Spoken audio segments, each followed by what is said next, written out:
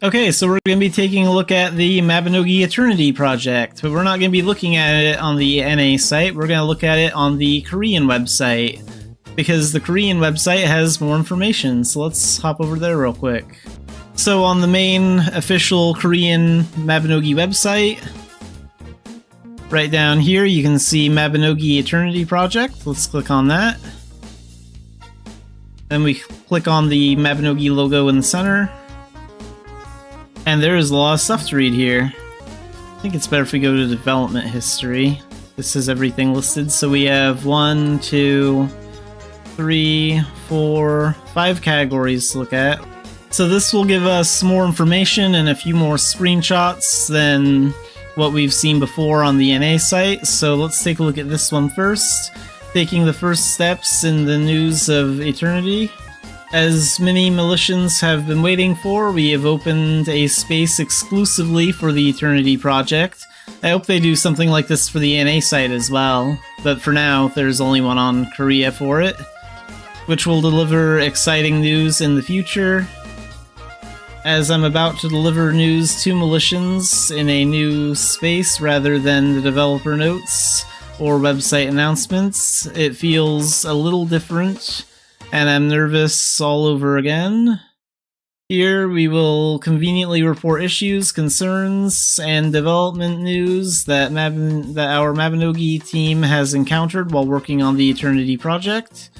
We want to give you the feeling that we are continuing to develop with Militians over a long period of time. Of course, depending on the speed or progress of development, it may be difficult to provide news more frequently than expected. Nevertheless, we will strive to provide consistent news in the future so that it can be a space that makes waiting exciting. As this is the first story told by Militians in this space, I would like to briefly explain the current status and direction of the Eternity project. So, classic but classy. Okay, personally I feel a little awkward, but this sentence encapsulates the direction of the Eternity project. This is a slogan that was actually presented internally from the beginning of the Eternity project, so that it would not be forgotten during the development process and everyone on the Mabinogi team could remember it. I believe that the basis of Mabinogi that Militians who come to Mabinogi expect is a fantasy life. And fantasy life refers to all activities that allow you to immerse yourself in the world of Erin. And ultimately rebuilding it will be the core process of the Eternity project. In the end, the goal is to continue the direction Mabinogi originally intended to go from the beginning, and to achieve this, Mabinogi must inherit its classic identity. However, we want to create a sophisticated appearance so that we can present an unrivaled charm compared to any other game. So yeah, we still want Mabinogi to look and feel the same, but we do need to update and move to Unreal Engine. So I'm glad they're keeping in mind that Mabinogi has a very unique look and a very unique identity, and they're trying to replicate that in a way that everyone feels comfortable with. So, current status of the project. So you may be wondering how much progress is being made. A lot of people are wondering that, both in the NA and in Korea. The Eternity project is currently in the prototyping process. However, since it is a redesigned and inherited form of a live game, it is very different from developing a new game. As a result, the purely physical volume is very large. It is difficult to say exactly what progress is being made. However, the Eternity project is going through, or must go through, the following process. We are planning to redesign the server structure and logic into a more stable form. All content as well as Mabinogi's basic movement would have to be recreated in the new engine. In the process, we plan to transfer and improve all data and scripts by renewing them in a better way. Every world and many of its components must be upgraded or rebuilt as they are moved to the new environment. Although this is an old game, there are original drawings and plans that have been lost in this process. While drawing and reproducing a new picture, you must create a new proposal for any content that needs to be modified to match the latest grammar. In addition to this, there are numerous other areas that need to be worked on to prepare Mabinogi for its new environment. In order to complete all this within a reasonable time and present good performance, I think we need to make bold choices, such as excluding infrequently used resources or content. We will explain the development process step by step and share our concerns.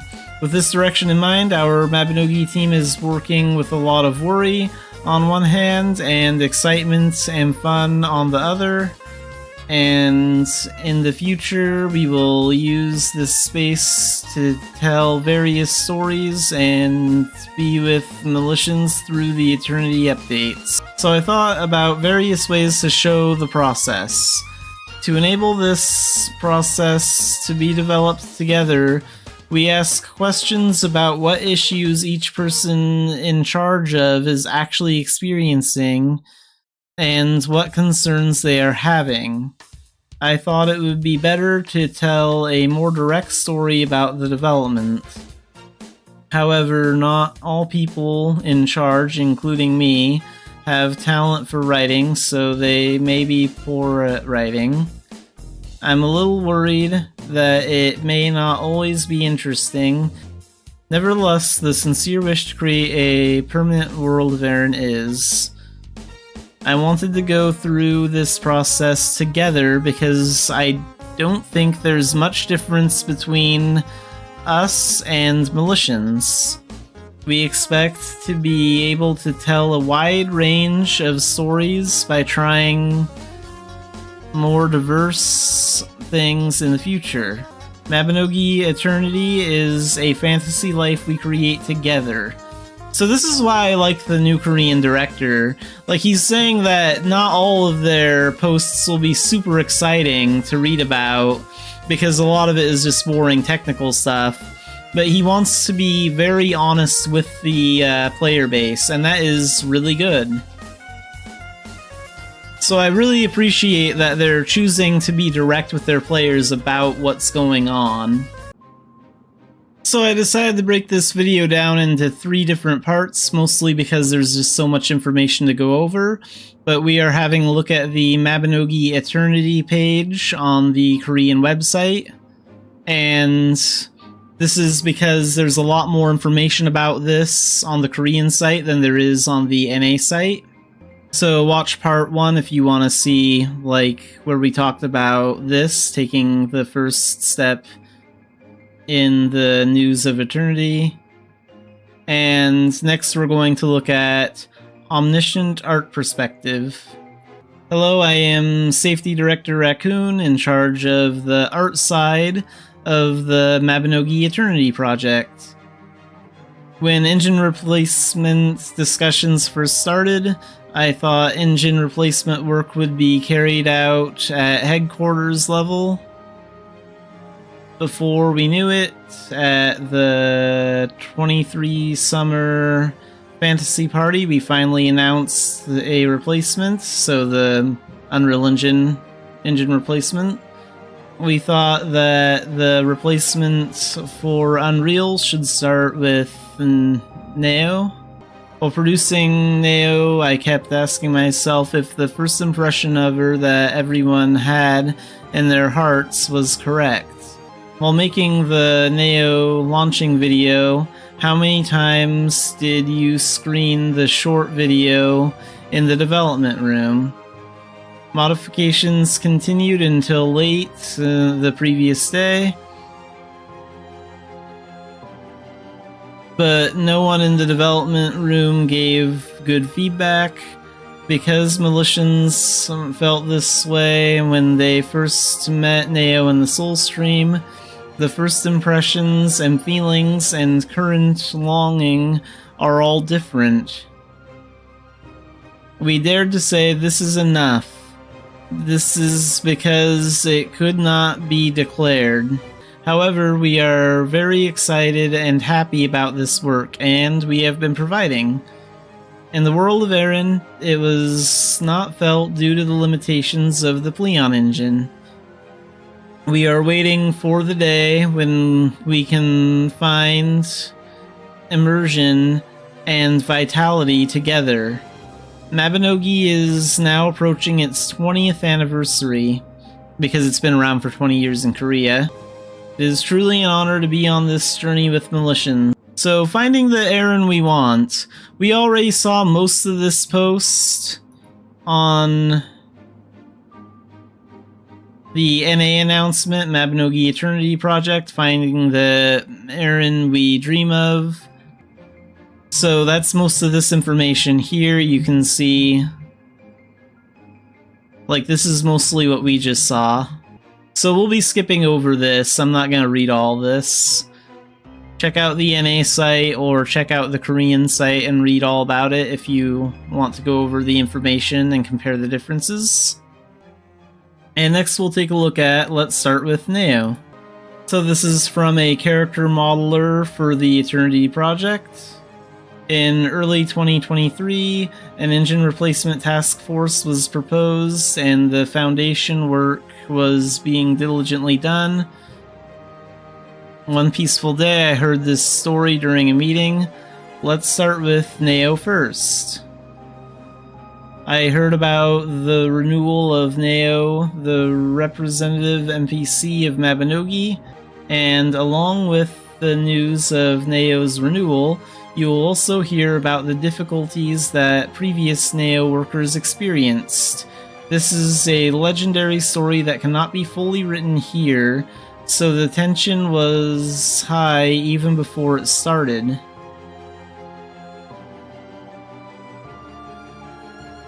Neo has an expression that seems both kind and sad, yet unknown.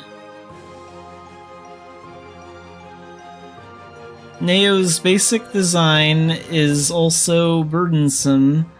How shall I express it? Also, how much modeling specifications should be taken from Unreal Engine? Whether there are expression methods that need to be improved, and how much of the parts that could not be expressed due to the engine's limitations. So here you can see what Neo looks like in Leon Engine, and over here you can see what she looks like in Unreal Engine on the right.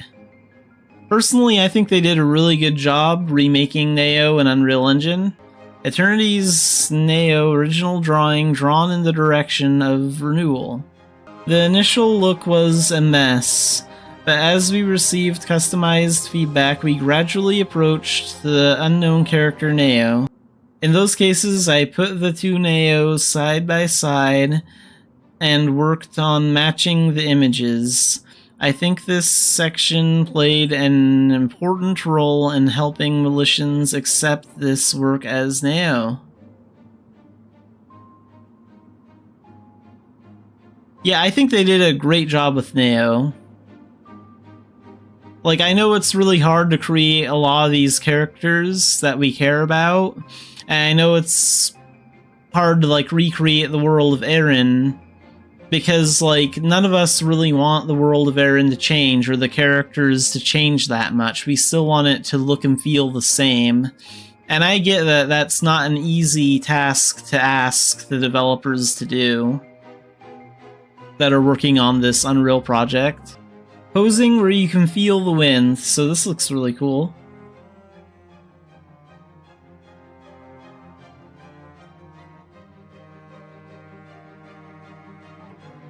I posed, went through revision after revision, and even right before completion, I continued to worry about how much I could make Neo smile. What kind of smile would you like from Eternity to give you?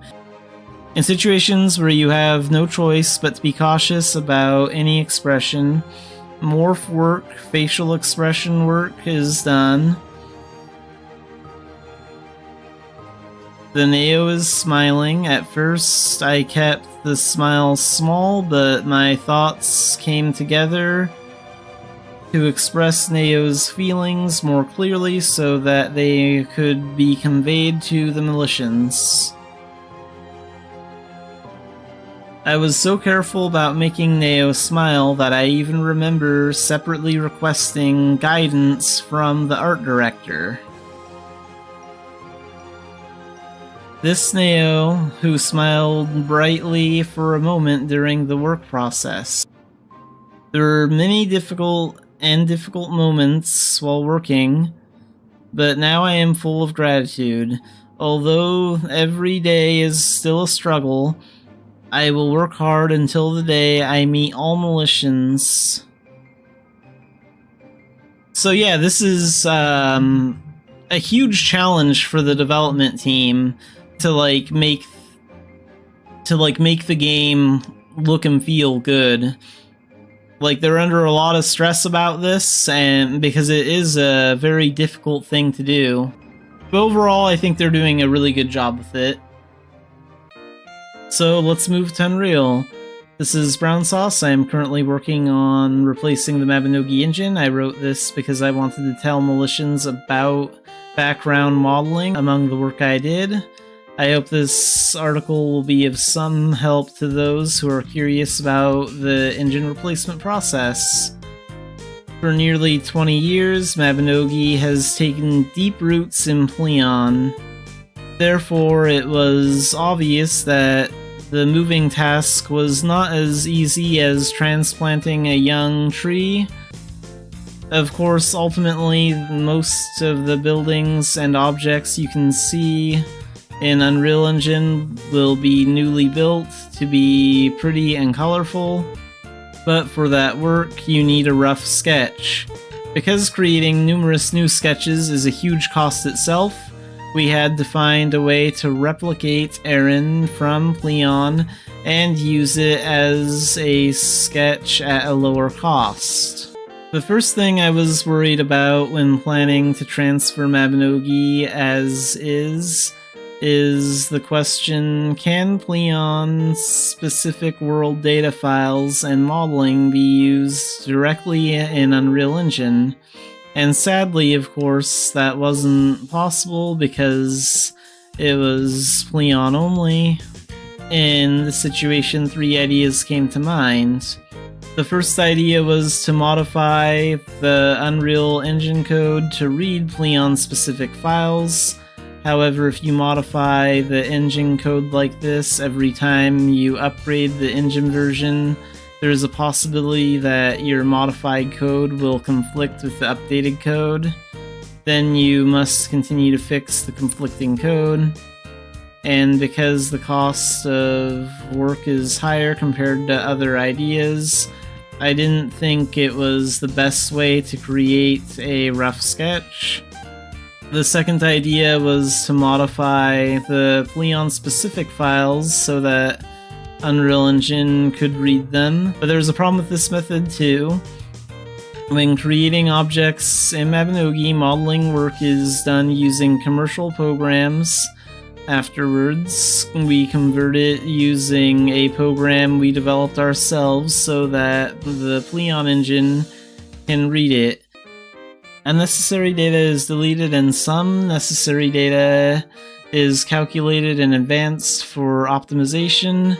However, among the data erased at this time, there were values needed by Unreal Engine.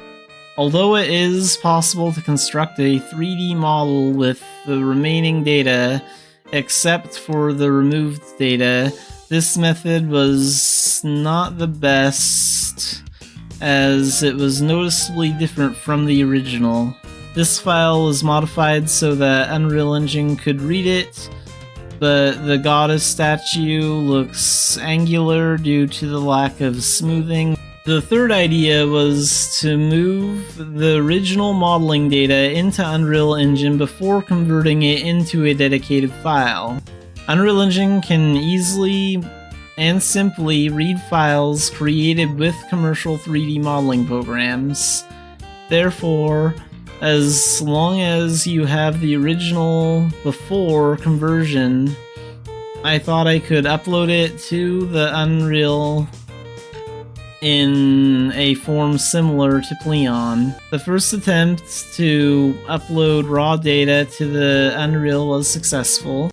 The original data was output from a commercial 3D modeling model as a file that Unreal could read. When I imported this to Unreal, it looked much better than I imagined.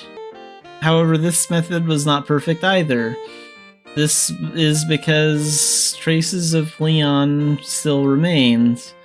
When working with a 3D model of a Mabinogi object, in addition to configuring the object's shape, data for interaction within the game is also added. However, this data was not needed in the sketch. Rather, the shape of the sketch looked different due to this data, so I had to find a way to erase this unnecessary and disruptive data. To transfer the original modeling data to Unreal, read a file in a 3D modeling program, and then it must be output as a file that Unreal can read. The problem is that even though this process is short and simple, the number of files is too large. The problem is that it takes too much time for a person to do all these files one by one. Considering the physical time, automation was essential. The 3D modeling program used by Mabinogi has a script language that supports automation. If the user scripts the tasks or actions he or she wants to do with the modeling program in advance, you can repeat that task over and over with the click of a button. Use this script to do the printing work that had to be done for each file one by one, while automating the program to do the work for you. I also deleted unnecessary data from the sketch that I was concerned about earlier. Also, the texture of the original modeling data must be converted into pixel format so it can be read by Unreal Engine. This processing was also programmed to be done in the script. In order to use the transferred 3D model as a sketch, you must place it in Aaron, created with Unreal. However, Unreal Engine cannot read Pleon's specific world data files, so I had to check the location, direction, and size in Pleon one by one. There were a lot more pieces and more work involved than the previous work. And because it had to be processed using Unreal Engine, I couldn't even write a script for a 3D modeling program. While I was thinking about it, I thought of an idea. If it is possible to extract object type, location, direction, and size from a dedicated world data file, couldn't we use it for placement in Unreal? When constructing Pleon's Aaron world, Mabinogi uses its own world creation program. 3D model data created with a commercial program is imported into the world, creation program and placed. Afterwards, the batch status is finally converted into a world data file. The self-developed program was familiar to me, and the inside data file was. So I was able to modify the program to extract the data needed for deployment from the world data file. Now all that's left is to have Unreal Engine read the extracted data and automatically place the 3D model. This issue was addressed by adding a feature to the engine. Because the automatic placement function was implemented with functions that already exist in Unreal Engine, it was relatively less expensive than an engine modification, and the risk of code conflicts was low. Dunbarton transferred to Unreal Engine to use as a sketch. Through these processes, my work on automating sketch production was completed. Currently, background modelers are working hard to create a new Aaron based on the sketch. My eyes are purified as I look at Aaron being reborn in high quality. Although my work does not create a finished product, I feel great joy and pride because I am helping Aaron in her process of rebirth. There's a lot of work ahead before Mabinogi can fully move to Unreal. There are many technical problems that need to be solved. It may not be an easy road, but for the day, we invite all militians to the new Mabinogi. We will move forward steadily and diligently.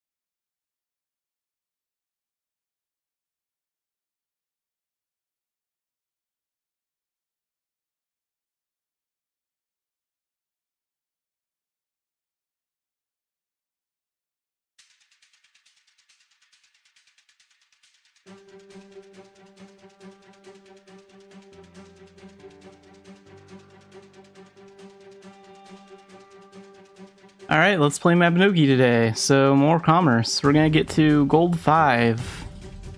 So I need to go get my speed potions.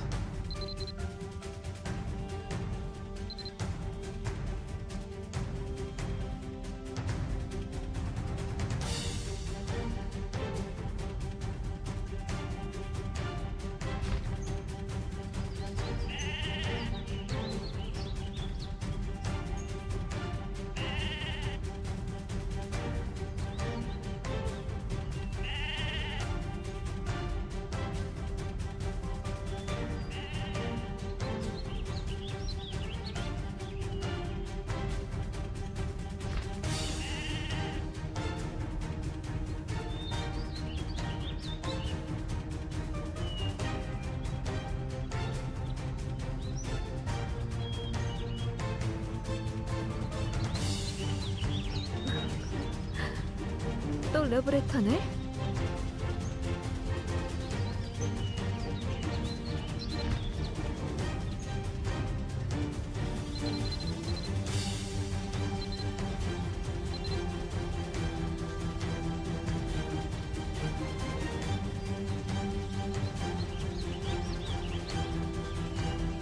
Let's put those right here. I think I'll put the rest of my gold in the bank. 또 러브레터네?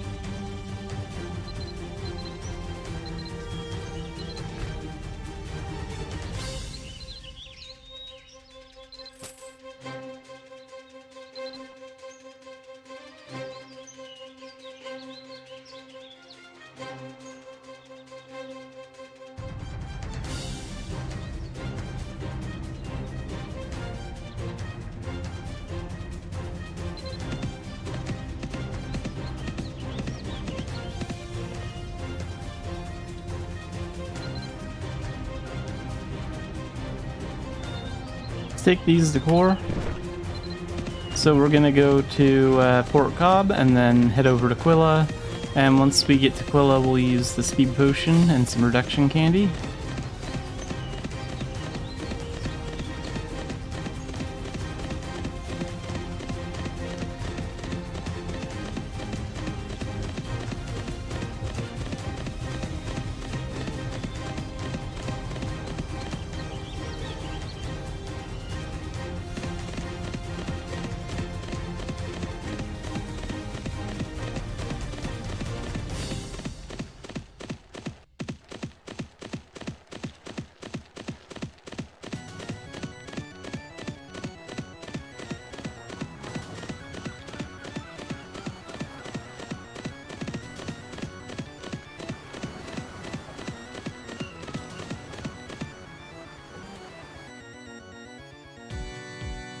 Oh wow, I got really lucky.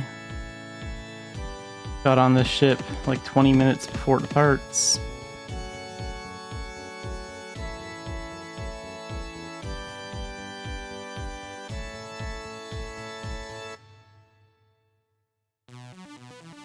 Like even a minute later and I wouldn't have made it.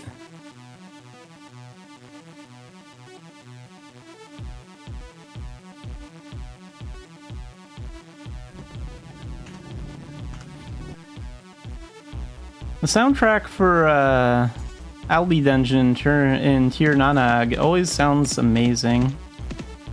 Like the original version, this version is good, the mobile version is good. I can't wait to hear the Unreal version of this track too.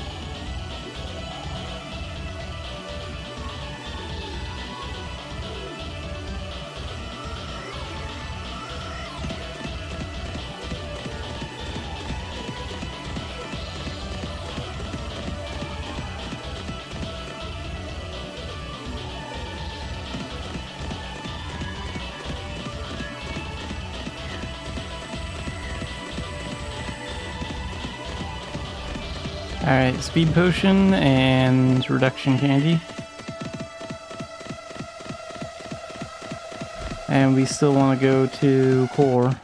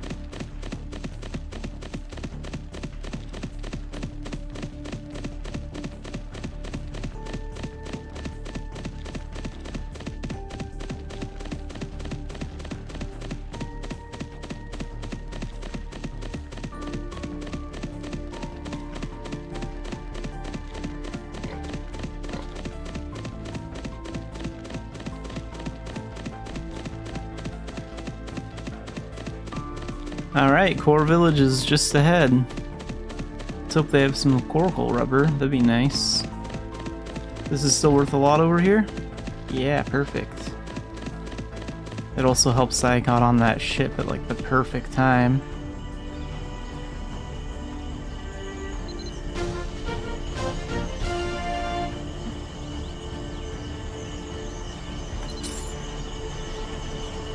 Oh wow, they do have coracle rubber, and a lot of it. I did not expect that. I guess there's not a lot of commerce going on today. Or at least not right now. Okay, we're gonna take that to Quilla for 557. Very nice.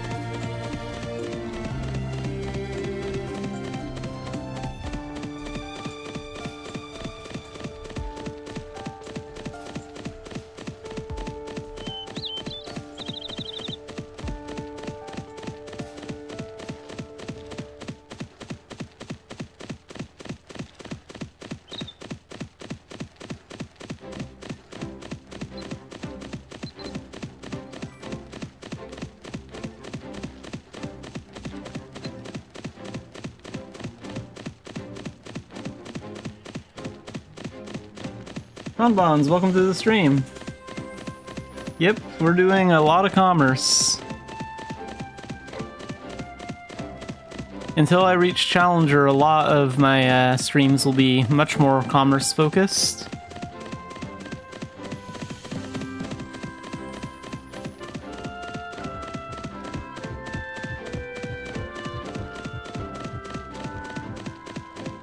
Oh, going from Tur to Core, that's a long way to go.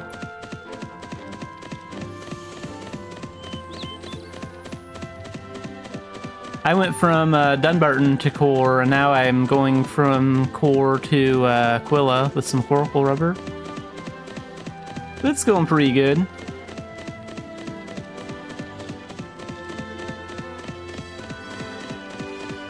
Commerce is very relaxing. It's I don't know, I find it to be a great way to relieve like some stress. It's like very casual, fun play.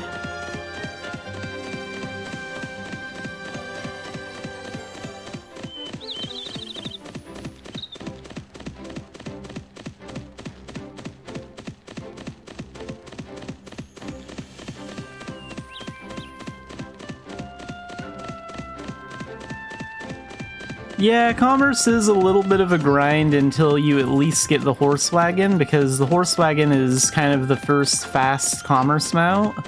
So it's like, it's a lot of work to get into commerce, but like once you kind of get most of the basic mounts and stuff, it becomes very casual and easy once you have like the horse wagon and stuff.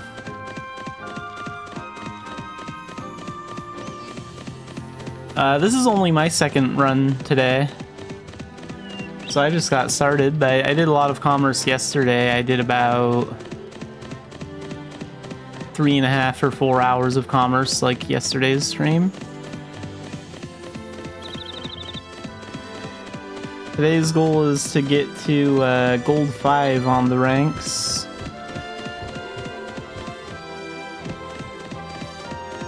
So I'm about 15k points away from that.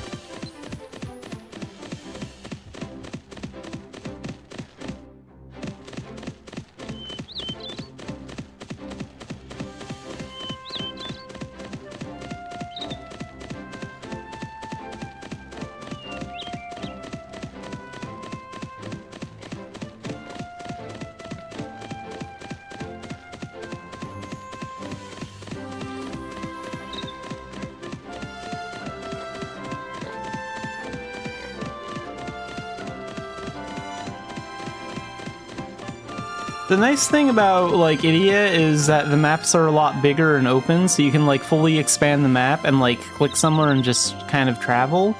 So, the best low-effort normal commerce is actually when you start getting, like, warding candy at Gold 2, because this completely prevents all bandit encounters for an hour. Do that with, like, the horse wagon and a speed potion, and you can just, like, click somewhere, you can do all sorts of stuff while you're just commercing. So, it's very low effort commerce. I'm looking forward to getting my warding candy. Can do a lot of Idia runs then. What does that cactus essence go for? I'm not taking that all the way to Vales, that's really, really far. I wonder if they have Philia style jerky.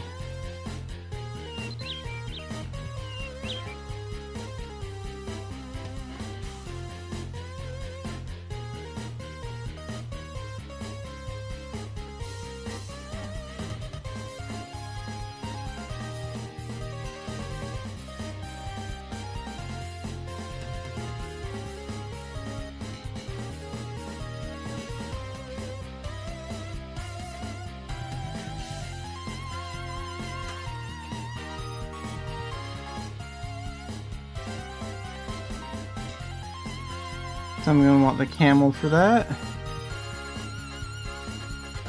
I'm kind of expecting them to be out of stock, but they were out of stock. They weren't out of stock of the coracle rubber, so maybe I'll be in luck. Oh wow, they do have some. I guess there aren't too many people commercing out here today. I'm picking a really good time to do this.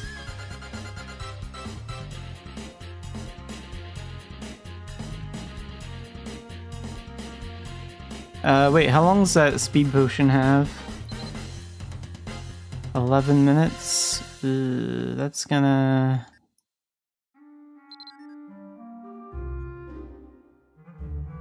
And then I'd want to take it to,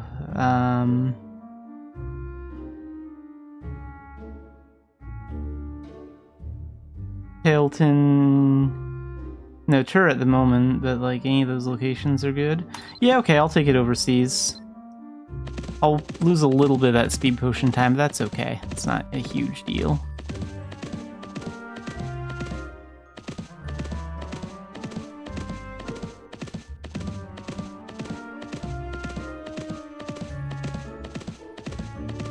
Yeah, speed potions are a nice way to get a little boost. Like these guys. You can buy them from the Master Plan shop. Those will boost your commerce mounts. The camel's also like faster when it's in the Longa Desert. They'll slow down a bit when I get to Ulad.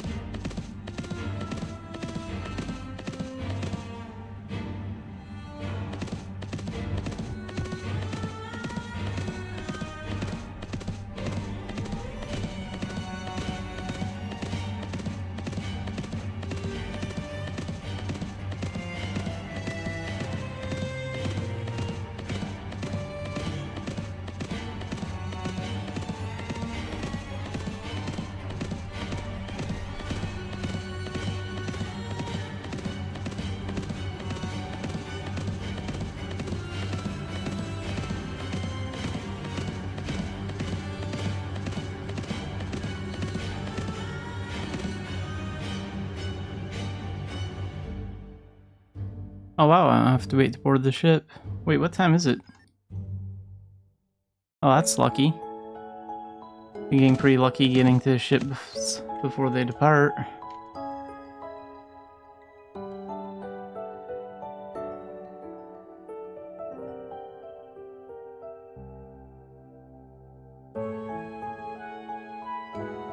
Wonder if I can solve a puzzle in that time.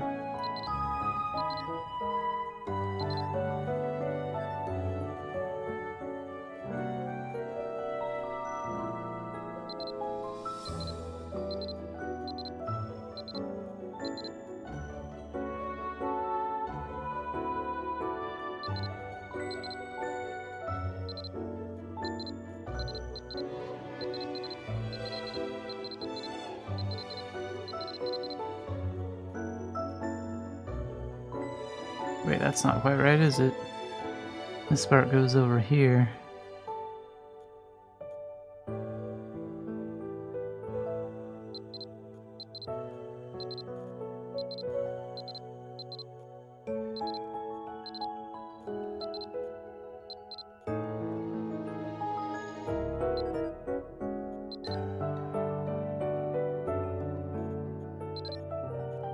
Try some memory match too.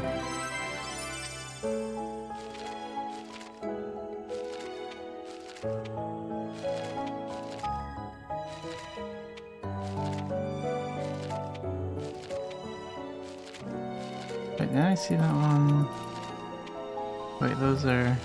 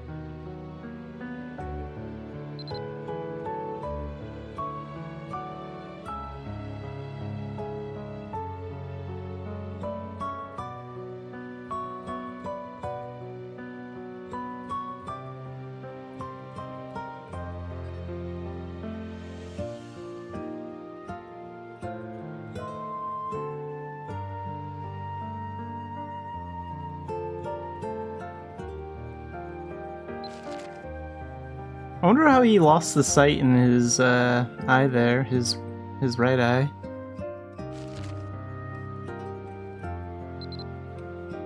Because he doesn't have like a scar there or anything, so it probably wasn't like in combat.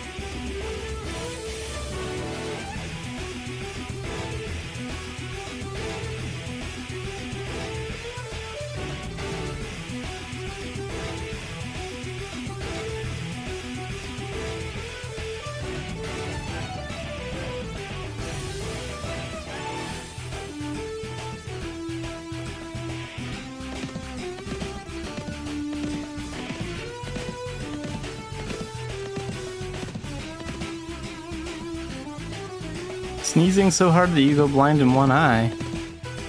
That would certainly be unfortunate. Oh nice, you got to core.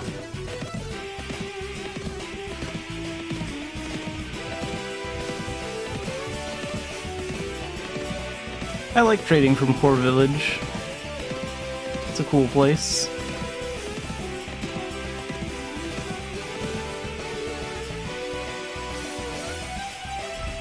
So am I still going to tour with this? Yeah.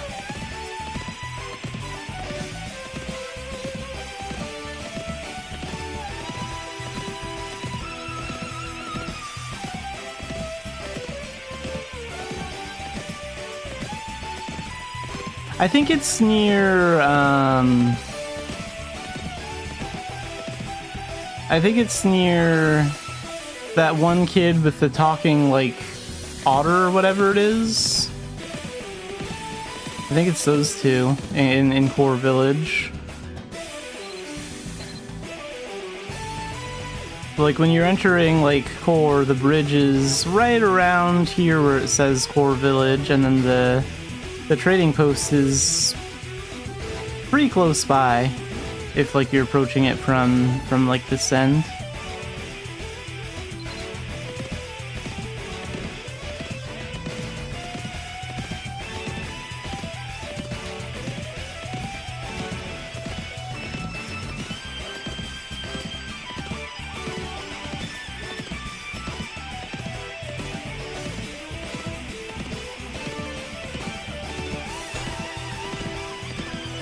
Yeah, that bridge was actually added specifically for commerce. The original way to get to Core Village is you can, if you press like R to like mount, you can get on one of those hippos and ride them across the river. But since you can't do that like during commerce, they had to add a bridge.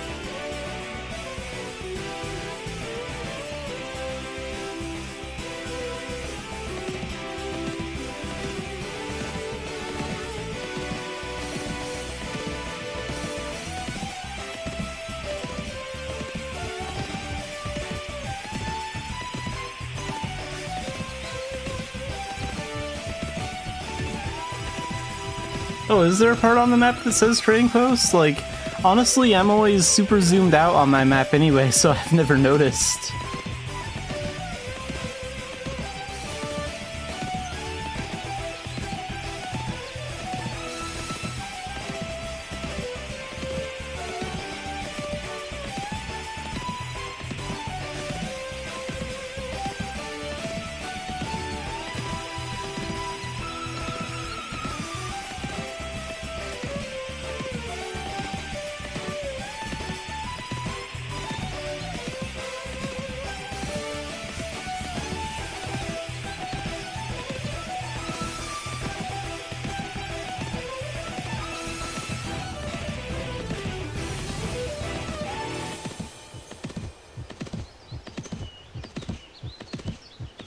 First 4 levels, that's nice. Yeah, if you take goods overseas, you'll get a lot of points for doing that.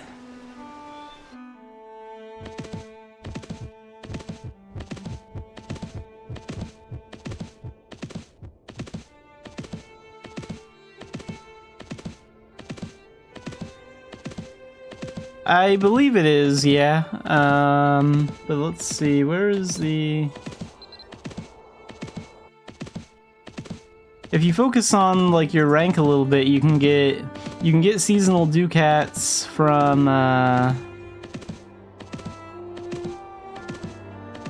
like bronze 4, bronze 2, stuff like that. That'll give you a huge ducat boost that you can use to probably get the horse wagon.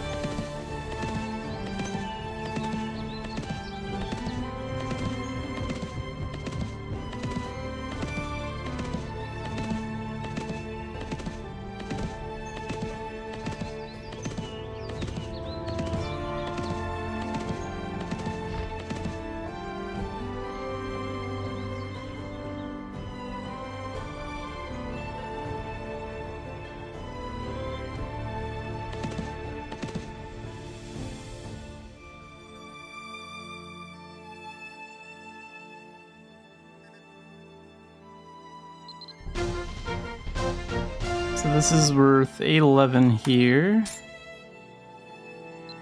And then they have some lovely potions. I could take that to Tara for 88, so I think I'll do that. But I want to use the alpaca wagon for that.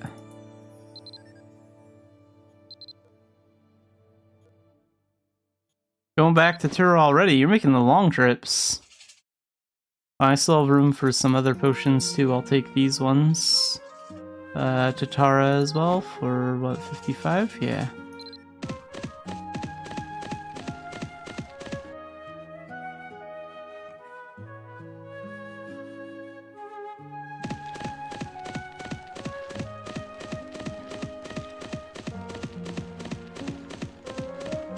Oh, so that gives like some sort of commerce boost then. That's pretty cool.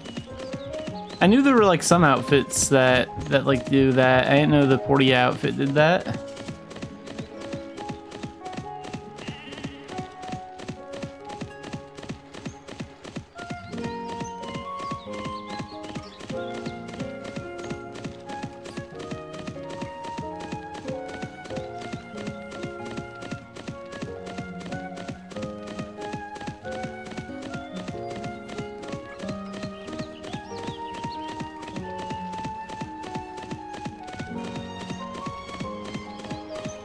Ooh, that is lucky. It's a pretty good reforge. I'm not sure how hard it is to get commerce reforges. Like, it's been a while since I've checked the cash shop. I wonder if they sell those on a regular basis or if they're like sort of a sale sort of thing. Because like I haven't seen a commerce reforge tool in a long time.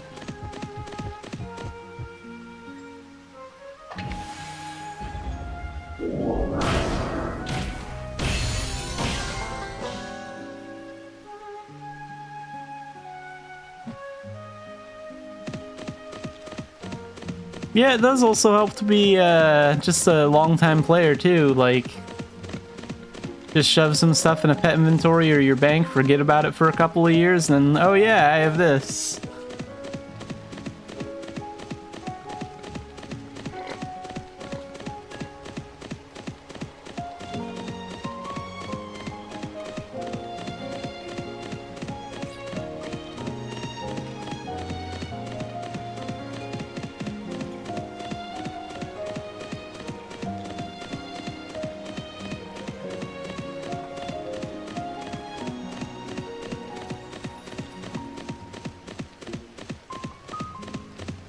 You do make a little bit of gold doing commerce runs. Like, your gold will go up.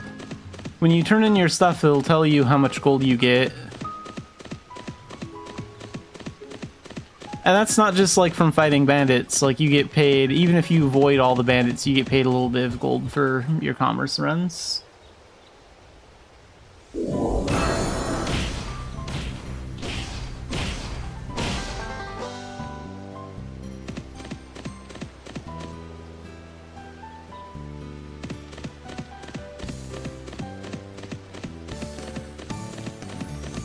Actually, I put all my gold in the bank when I started, so how much do I have right now? Like, I have 205,000, so I went from Dumbarton to Core, then I went from Core to Tequila, Amphilia, to Tur. So those runs got me about 200k.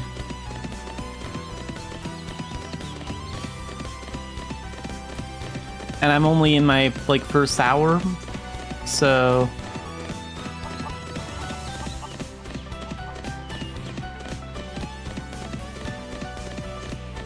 yeah, you can earn a couple 100k doing commerce like that.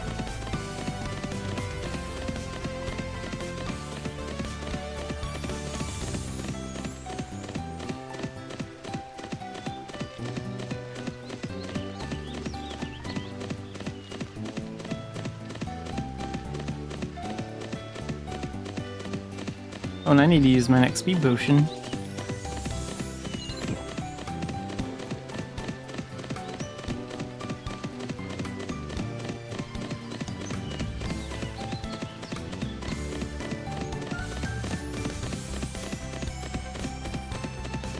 Like, I'm spending, because you can buy 5 of those speed potions from the Master Plan event every day, so I'm basically spending 250k gold, because they're like 50k each, 250k gold on those 5 speed potions every day to do commerce. And from doing commerce, I'm making more gold than I'm spending on those speed potions, so I'm still making a profit.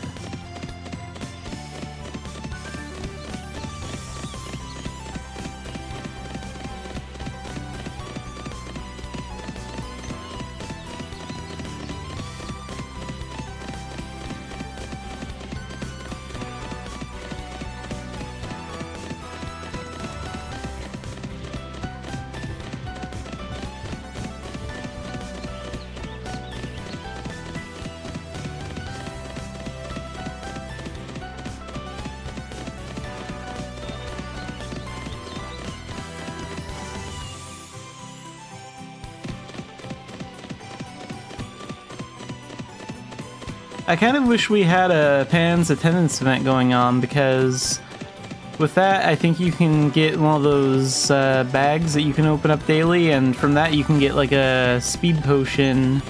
Well, I think you get like 2 speed potions every day from that, and that's free, so if we get an attendance event, I could get 2 free speed potions a day instead of having to spend gold on so many of them.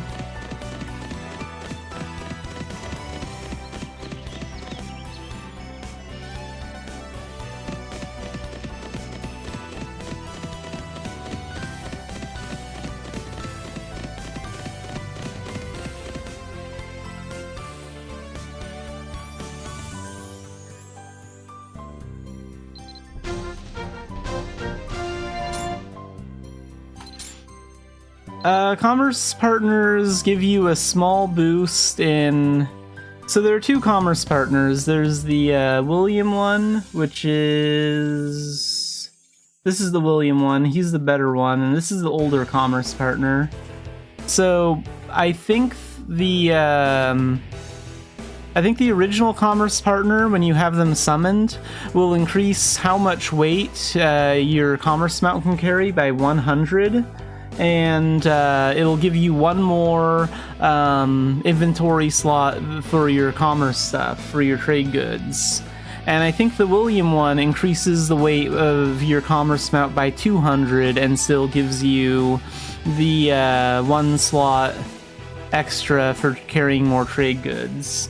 And if you keep them summoned, like, you can cancel the summon after you've already selected your goods and bought them. But, like, if you keep them summoned and you reach to the next post, I think you also get, like, a really tiny boost in profits.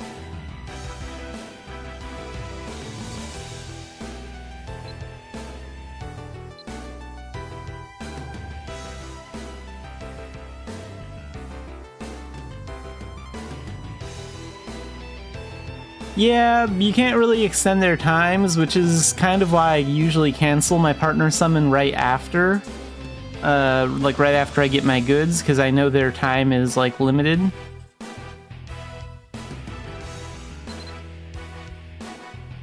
The other thing too is that you can't use a commerce partner when you use the alpaca wagon, because to use the alpaca wagon, you need to have the horse wagon unlocked and you need to have an alpaca pet summoned. So since something has to be summoned to select it, you can't have a partner summoned at the same time. So partners don't work with the alpaca wagon, which is kind of unfortunate.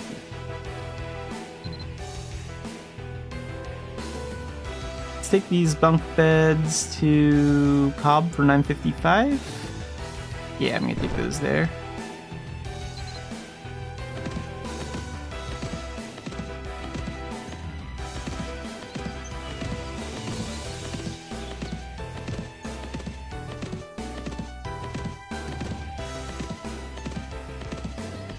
Oh, and also, if you do buy the William partner,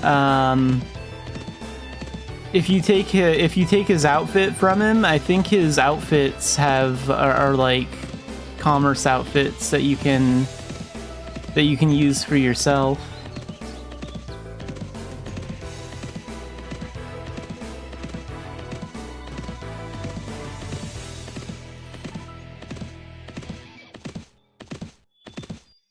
Hey, that's a good idea for a new commerce mount, like or a commerce partner mount, like a caravan mount for partners.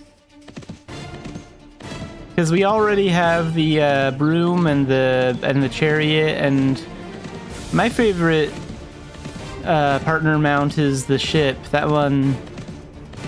one's kind of cool. It would be kind of cool to have like a little caravan thing.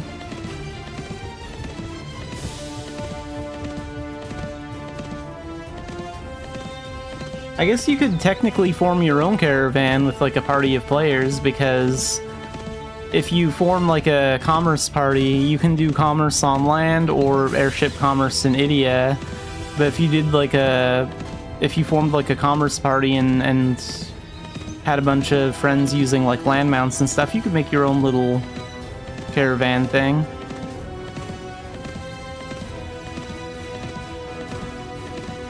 Yeah, you just need to find a group to do airship commerce with.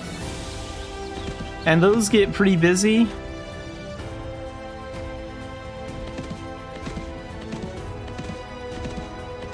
I think there are a lot of groups.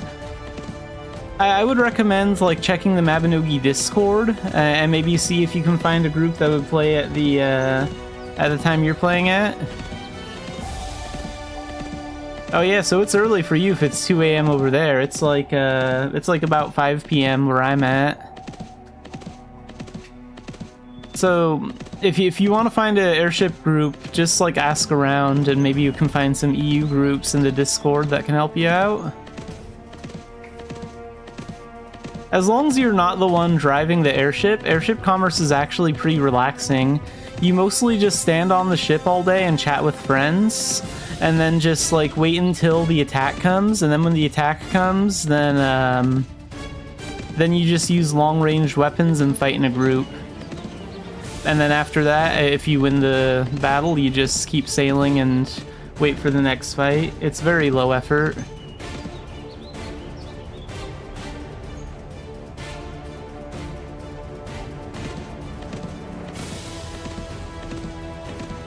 And it makes a lot of profits too. Like you'll go through the ranks of commerce for that season a lot faster.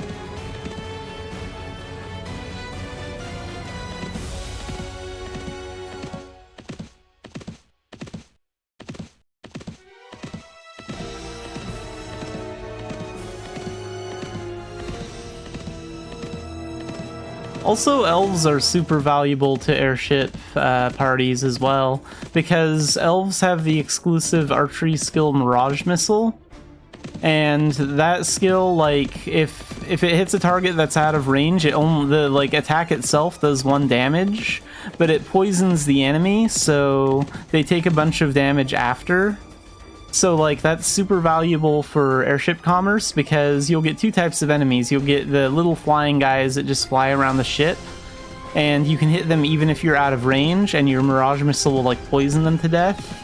And then if you get the dragon, you just switch to dual guns, and then use Way of the Gun to fire way faster, and then you just spam normal attacks with the group on the dragon.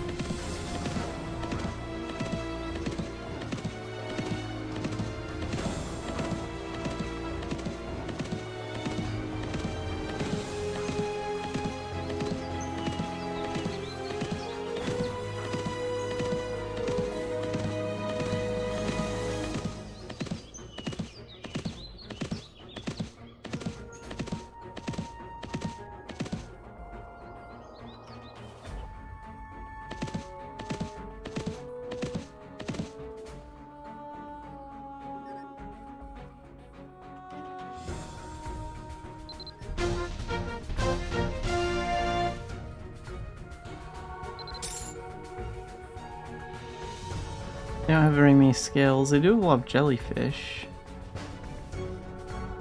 270. How many of those can I carry with the alpaca?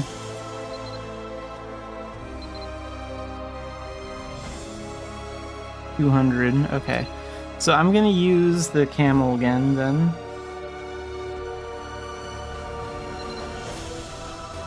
That's why I rotate between... Oh, here, this tells me how much gold I got from my last run. I got 29,000 from that.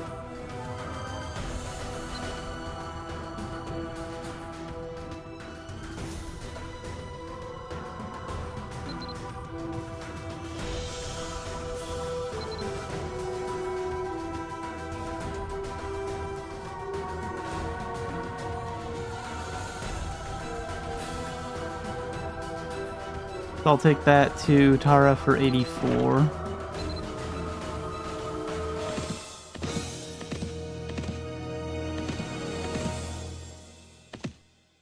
I like rotating between the alpaca mount and the camel mount because the alpaca has more inventory slots, but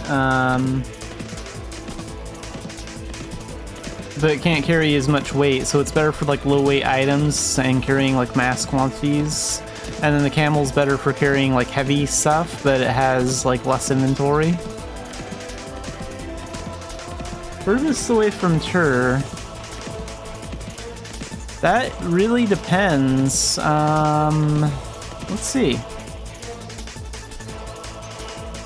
Furthest away from Tur in Ulad would probably be Tara or Bangor. But in Idia, I would say Core Village, because you can go to any of these ports and you'll be about the same distance from Core Village. Maybe going to from Tur to Port Sella into the Vales area and then to Core would probably be the longest. But yeah, Core Village is probably the furthest trading post away.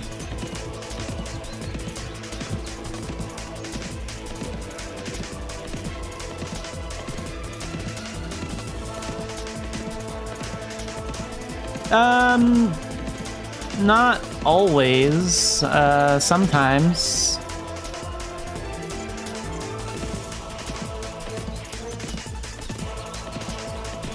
I mean, it's pretty much just if you take goods overseas from like Idia to Ulad or Ulad to Idia, they'll be worth a lot more. And how much they're worth at those locations depends on like the item.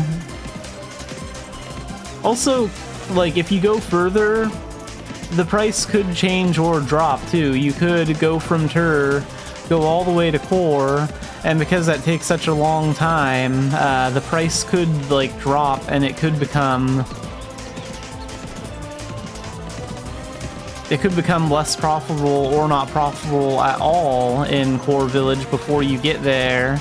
And then it might be more profitable in Philia right before you get to Core Village, and then you have to go all the way to Philia instead.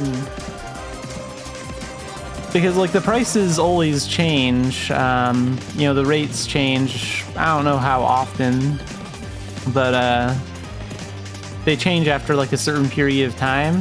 So that's why you kind of want to get your trade runs done as fast as possible before the price changes.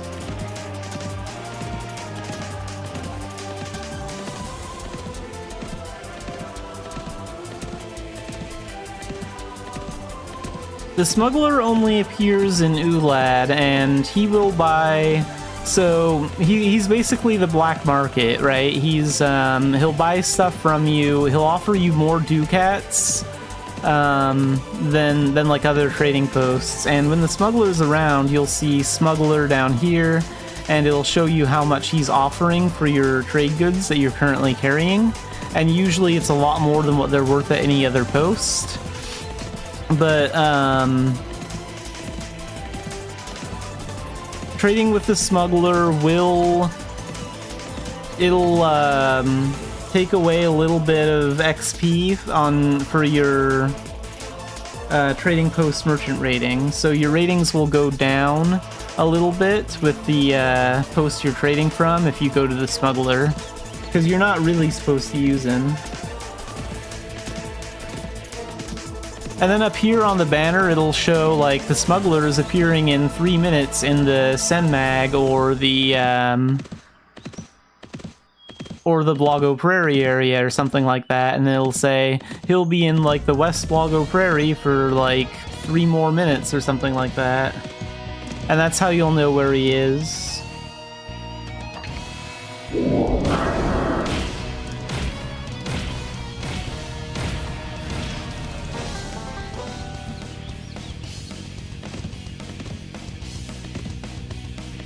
And even though there's not like a smuggler in Idia, there are ship smugglers in Idia. So at Port Sella and Port Conus, if you have a stowaway ticket, which occasionally drops from bandits, you can use that to get across the sea much faster. You can talk to like a smuggler at Port Conus or Port Sella, and if you give them a stowaway ticket, they'll take you to Idia. They'll take you from Idia to Ulad instantly instead of having to wait for the ship times. But that also decreases your merchant rating in places if you use something like that.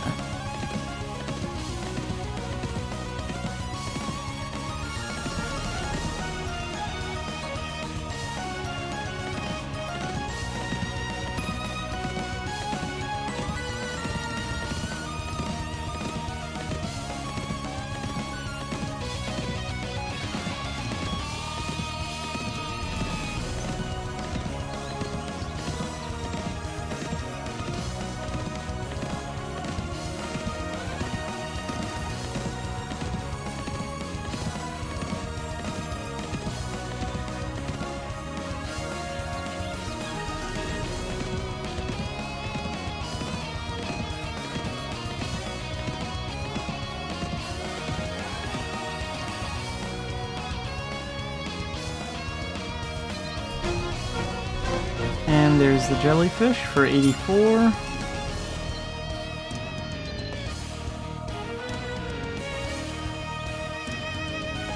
Where should I go next? Let's try Tailfin, see what they have. And I'm gonna want the alpaca here.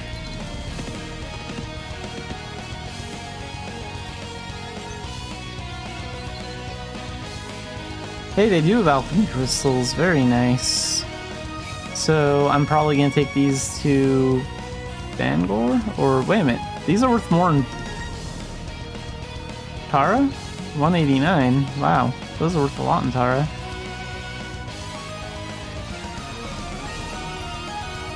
And then 136 in Bangor. Okay, so let's take those, and then barrier spike crystals. I'll just sell all of them in Tara. The barrier spec crystals go for a little bit more in Bangor, but not enough for me to care. And Tara's a lot closer too. Like that's just right next door to Tailton.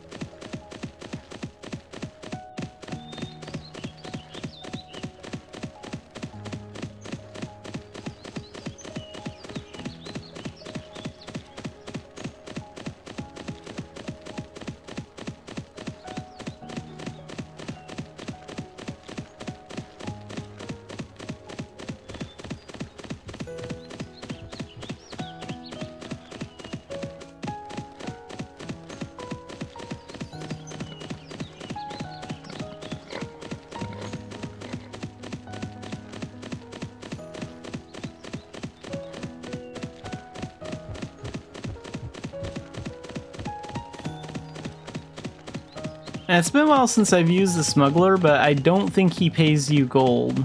I think that's one more thing about him. Like if you sell to the smuggler, I think he only gives you ducats for your trade goods, so you won't make gold like you do at a trading post with him. But it's been like a year since I've interacted with the smuggler, so I might be off on that, but I think that's what happened.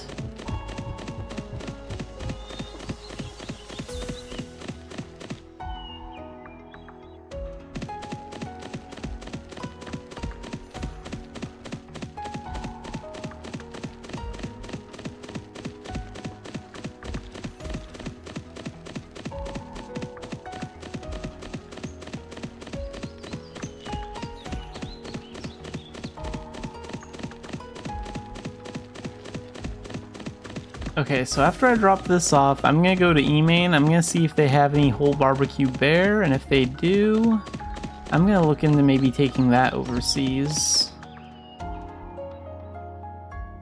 Because we could sell that for a lot in India.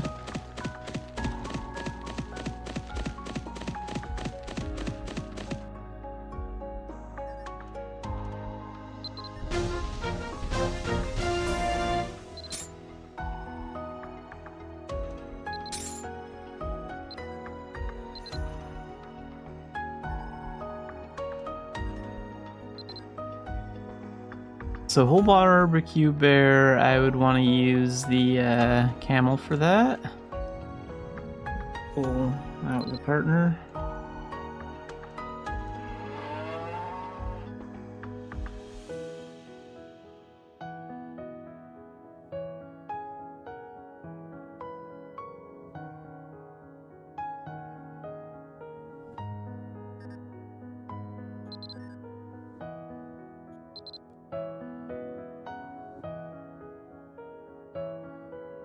They have 84 of those. That's worth 605 in core.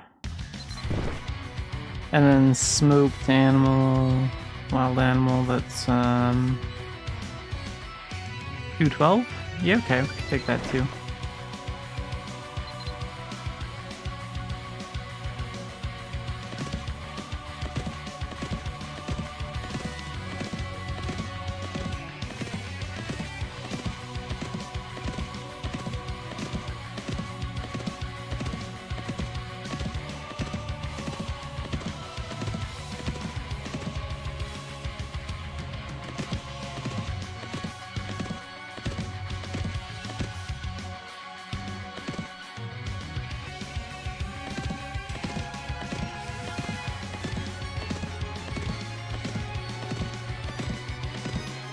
If you go from Belvast to Tara, then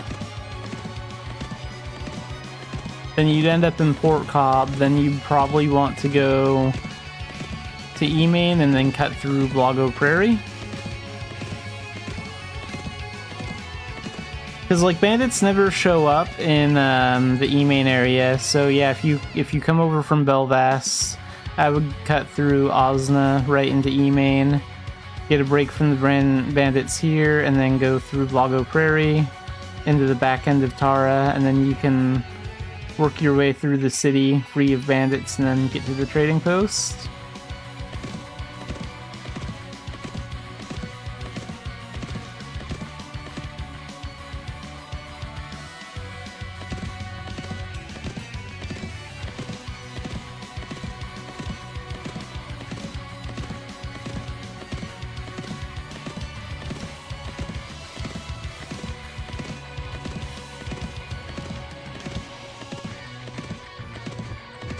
I usually try and time my ship runs so I get on the ships when my speed potions are like wearing off. Because like I don't want to waste my speed potions standing on a ship. So like I'm probably gonna get to the ship by about the time this ends.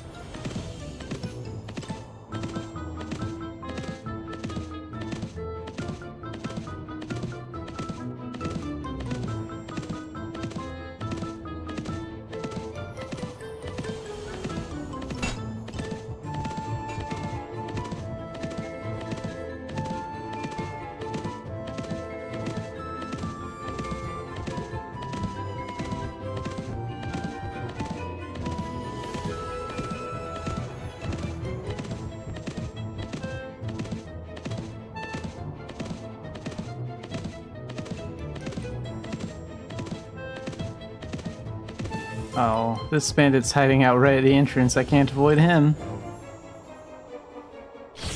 Well, fine, I'll meteor him then. It's a quick way to end it.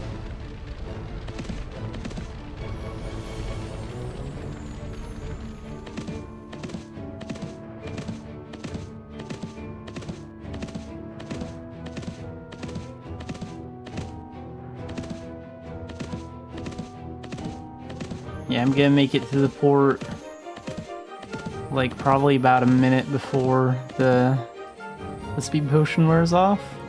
So a little bit of it's gonna go to waste, but not much. Actually, I'm gonna get there about 2 minutes before it wears off. More vials, pretty small.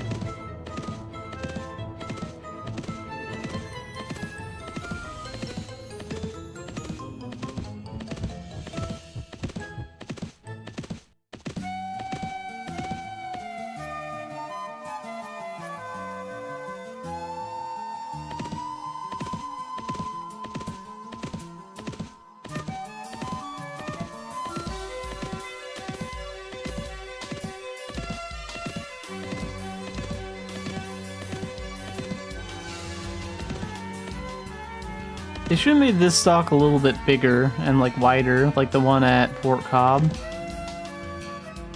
a pretty tight little walkway.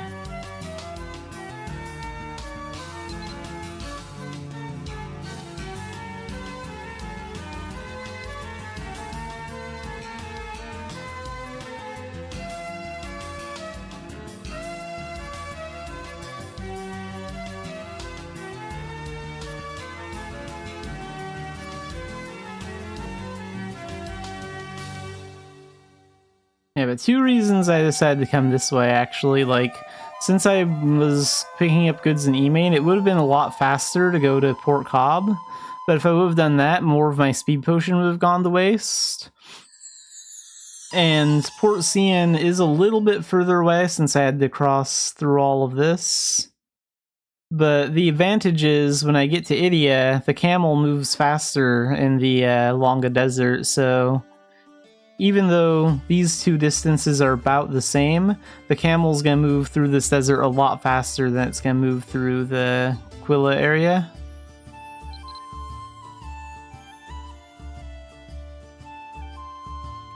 In the end, I don't know which way is really faster. Like, if I actually timed doing both things, the results might be the same or pretty close to the same anyway, but gotta shake it up a little bit, take a different route.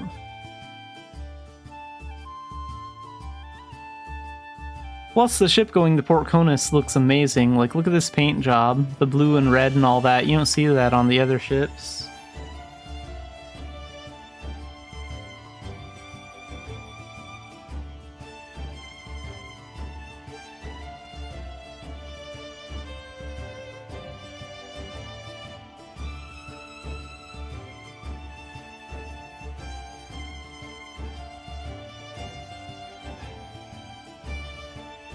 Oh, Master Bandits aren't so bad. They will appear though if you take goods overseas. That's what triggers them.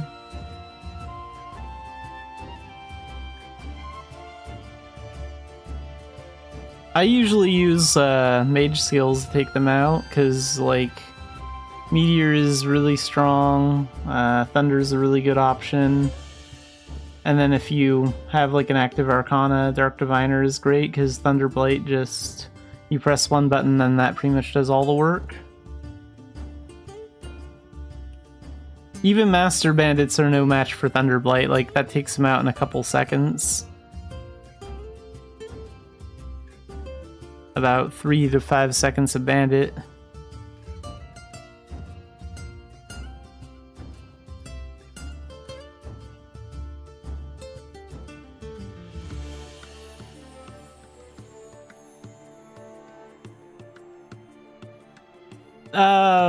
Not very.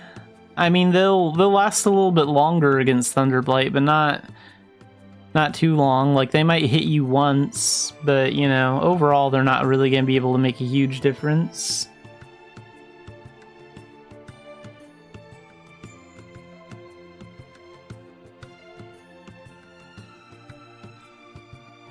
The other thing, too, is if bandits are getting close to your commerce mount, you can use Thunderblight, and then you can use Dance of Death.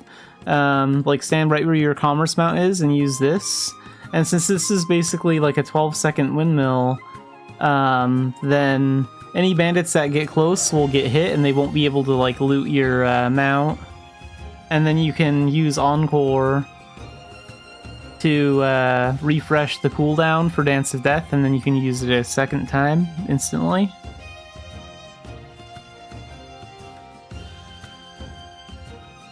And like Thunderblight will still be active like when that's going on too, if you use it before Dance of Death. Like that doesn't... you can use both at the same time.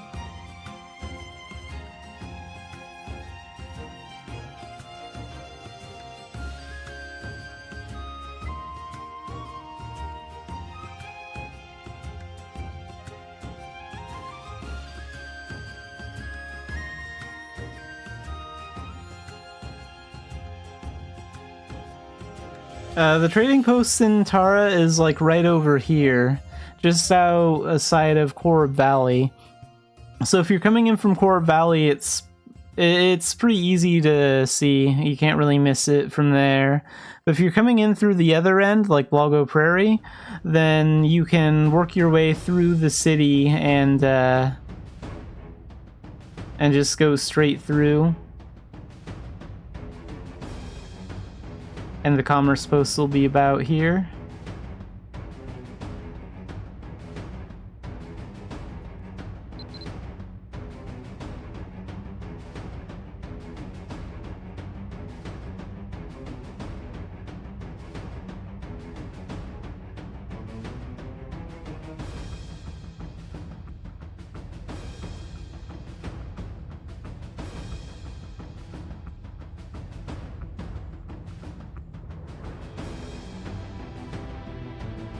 Yeah, if you come in from the Blago Prairie side, like, and you choose to go through the city of Tara, just follow the big main road, you'll go past the bank, end up in Town Square.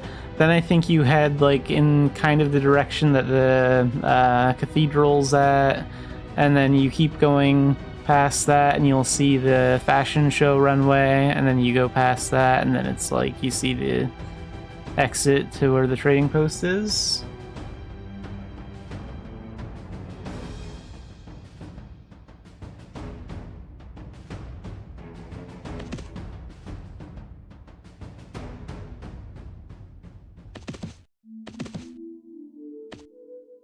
Still gotta wait a while for the ships, but the ship times are significantly better than they were before.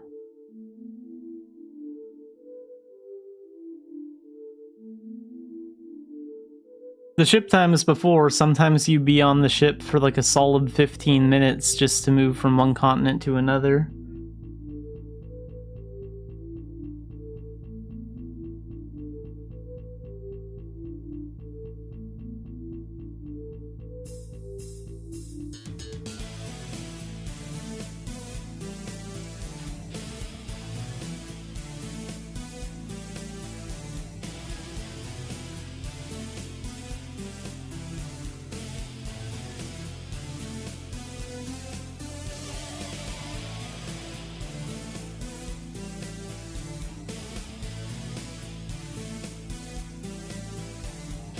Okay, no new news posts. Since I have waiting time, I figured I'd check the official site, see if there's any news posts, because those usually come out on like Tuesdays or Wednesdays.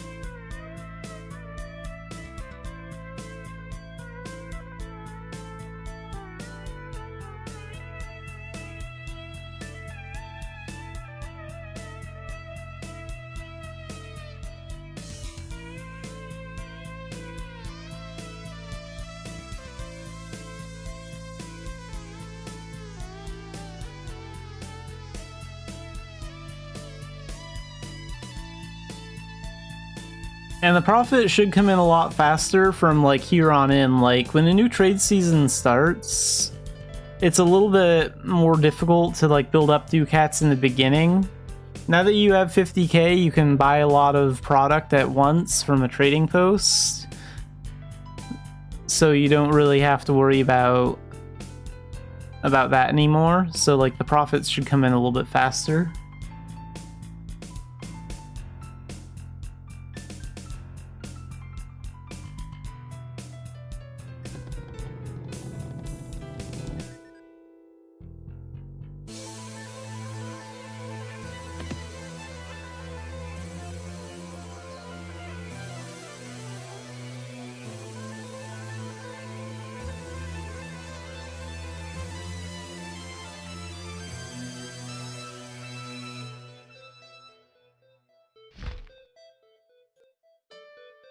So 212 at core, and then... Ooh, crap. That is not good. See, that's the problem with taking too long with trade runs. The price just bounced. Now it's 379 at Philia and 432 at Vales. Now it's worth the least amount in Core Village. So I'm gonna sell this stuff at Philia for 379. I could get more for it at Vales, but the Vales is on the other side of Idia for one thing, and the camel also loses some movement speed in the Vales area because of the snow. So the extra distance is not worth the extra profit in that case.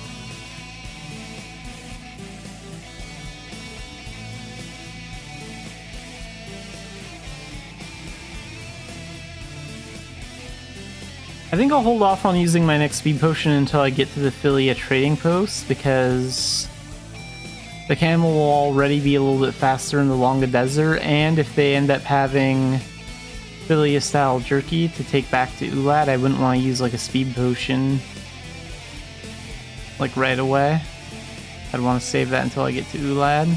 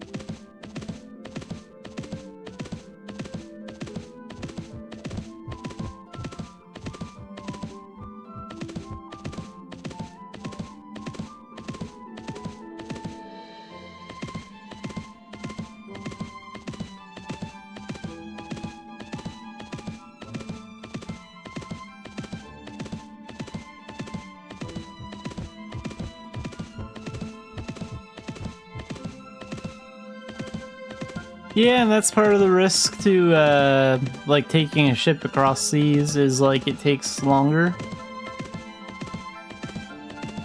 At least now you can plan out your ship rides. Like, they are shorter, and the ship times are all listed on the boards right by the ships.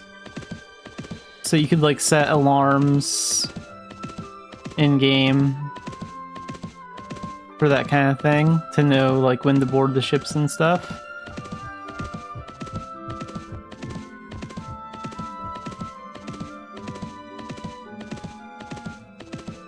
That's also why I try and avoid fights with bandits, because every bandit fight makes the commerce run take longer.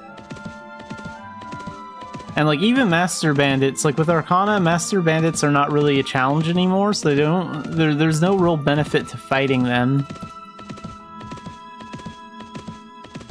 They're just sort of a waste of time.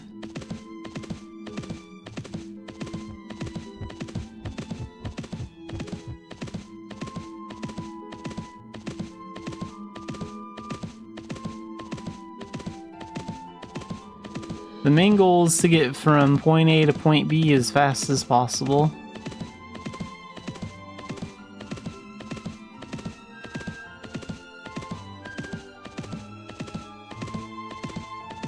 That's okay, we'll still make a little bit of profit in Philia, just not as much as I had originally planned on.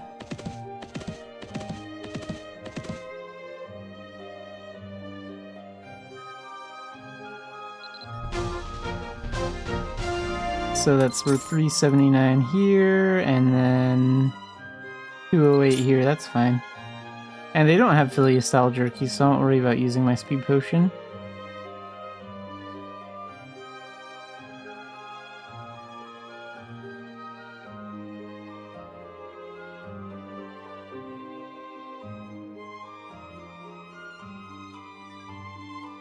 Go see what Cora is.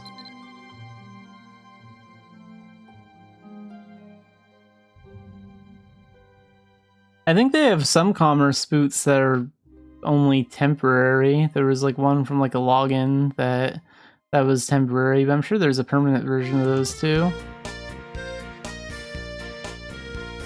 I only have the alpaca robe for my boost that gives me like plus 10 speed.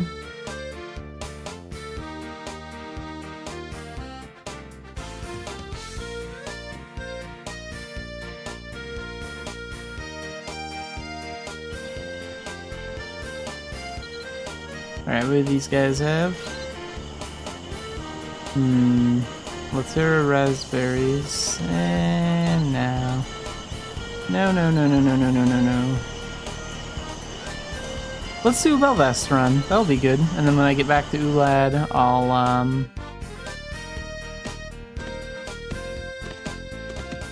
I'll use my speed potion then.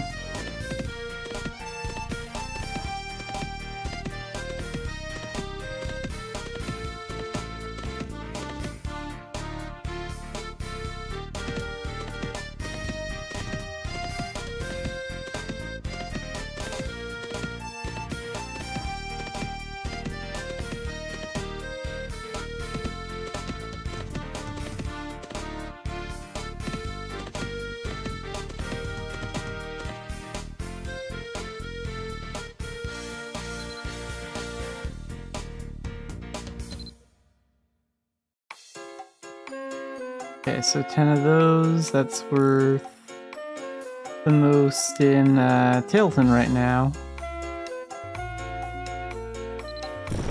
So Ogre Armor, and I can get 6 whips too.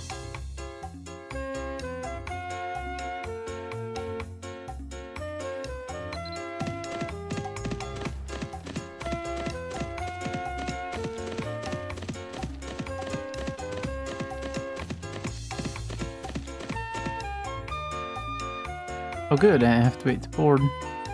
Oh wow. 10 more in-game minutes and I would have missed this ship. That was insanely lucky.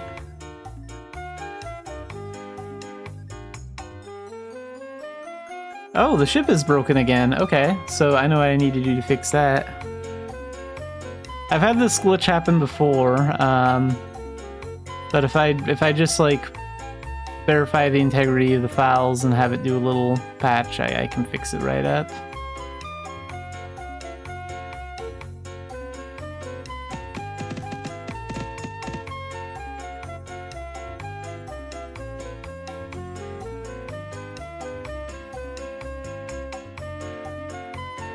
This happens with the Belvast ship sometimes. Like, it still works, you just can't really move around or do anything until the ship arrives, so it doesn't really affect your ability to play the game, but to fix it, if you're using Nexon Launcher, there's a way you can go into, like, the settings and check the game files for Mabinogi, make sure everything's there. And I play through Steam, so there's a way I can check and verify the integrity of the Mabinogi files, and it'll be like, oh yeah, something is missing, and it'll just do a short download, and then this problem will probably be fixed.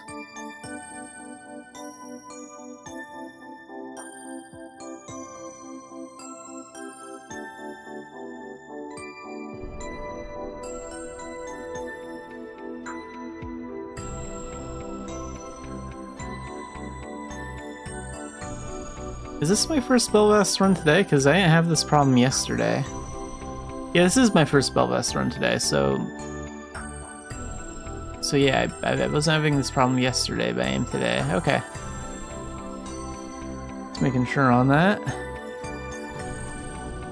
But see, we still get here just fine.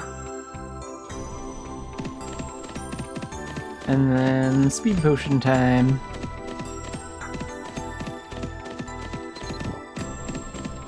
And I should use more reduction candy too to reduce those bandit encounters.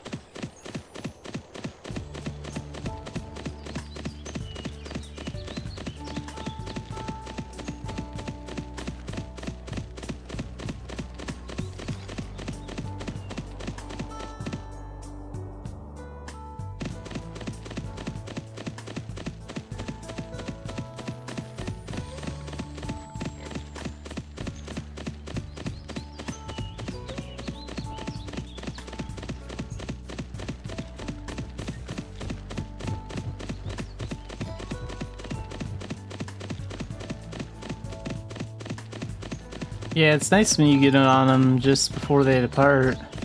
Then you don't have to wait much time at all.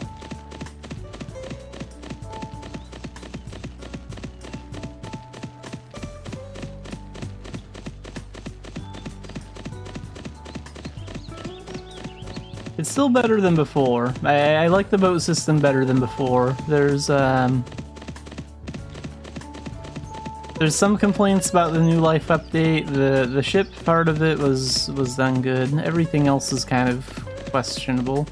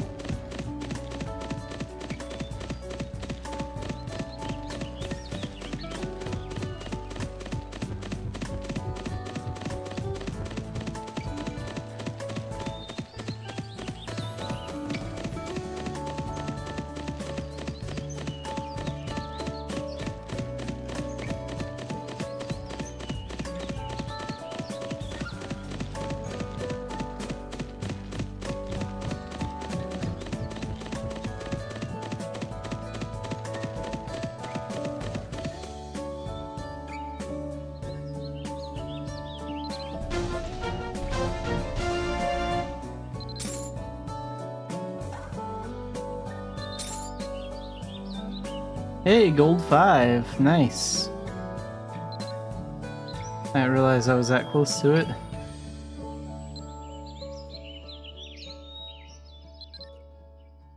So I get more reduction candy.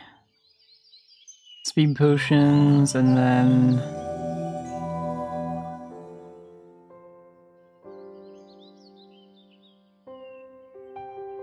then we get 1,000,000 seasonal ducats at gold 3.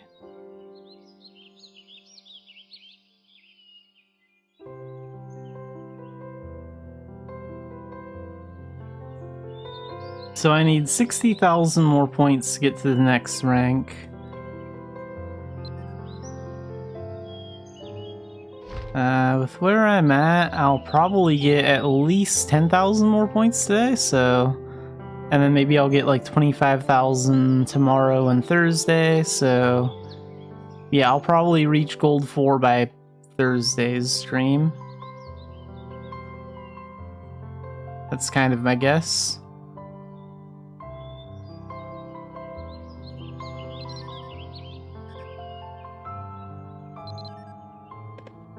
Let's take these to... actually, no, let's take these to Cobb. Cobb's a lot closer than Emain or Bangor.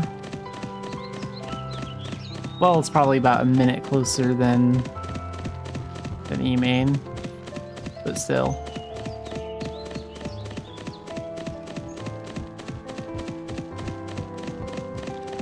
Oh nice, bronze 5 is good.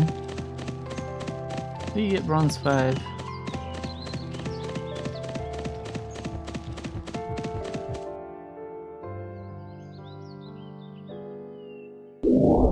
Okay, it's bronze 4 that starts giving the rewards.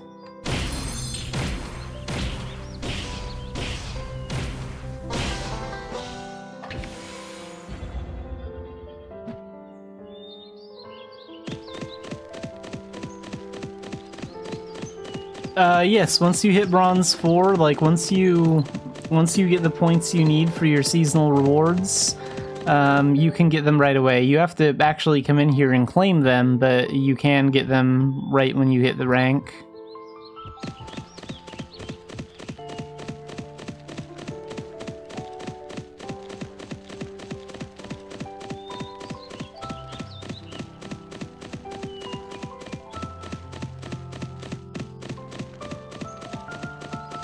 Yeah, it will help you get the ducats you need to buy commerce mounts a lot faster.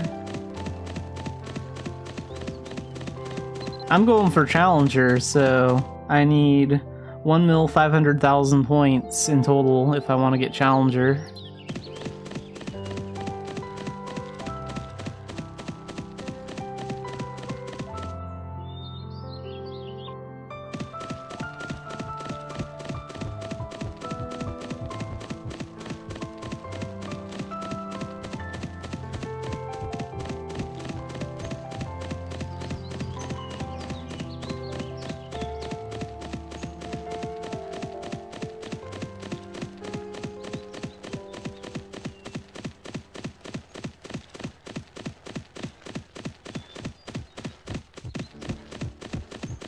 I mean, with commerce, you will earn a little bit of light gold, and it is very like casual work.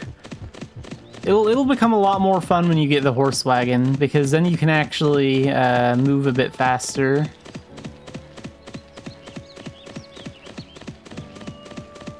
I mean, there are faster ways to earn gold. There are other ways you can earn more gold than doing commerce, but like if you want just very calm and casual play, and if there are things in the Ducats shop that you want, then yeah, you'll earn a decent amount of gold doing this as well.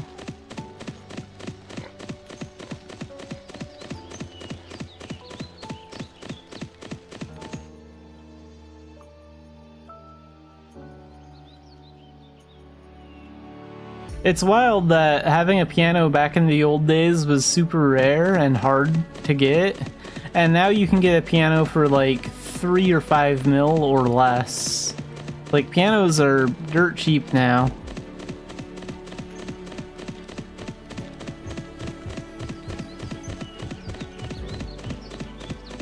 And I do not need any more pianos. Like, how many do I have? I have, wait a minute.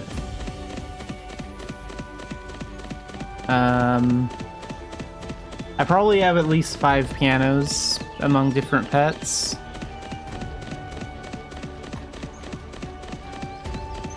Ooh, there's a commerce one? I didn't know about that. I'll have to take a look at that.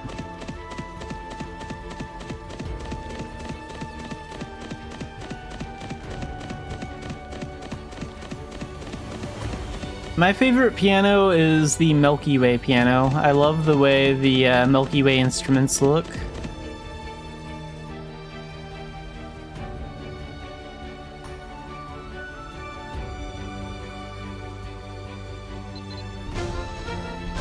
Oh, you're talking about like the original piano that you get from the commerce shop. Yeah, I mean that one's the standard piano skin.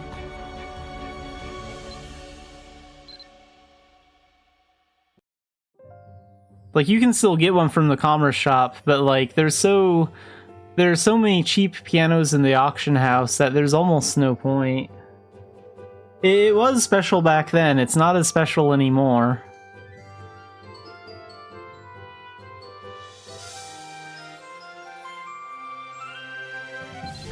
What I'm after is the new damage skins. Like, we have commerce-themed damage skins that are 5 mil each in the shop. I want to get those this season. Oh wait, these actually cost normal ducats, so I'm not going to be able to get these until my ducats convert. Okay.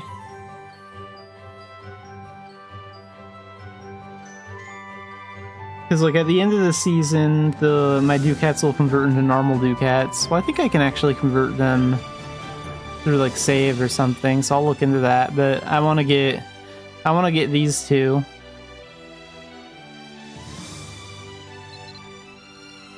And then there's also a cat backpack that you can buy from save with seasonal ducats. That's 20 million seasonal ducats. So in total, I plan on getting like 30 million seasonal ducats, convert 10 of them, 10 million into normal ducats so I can get the damage skins. And then there's another cat backpack outfit item that you get from the Challenger box, which is why I want to hit Challenger. So I'm after 2 cat-themed items and 2 damage skin items from this event.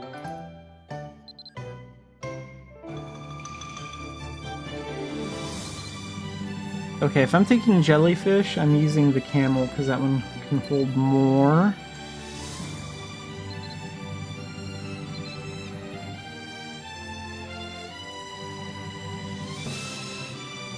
$83 in Tara, we'll take those there.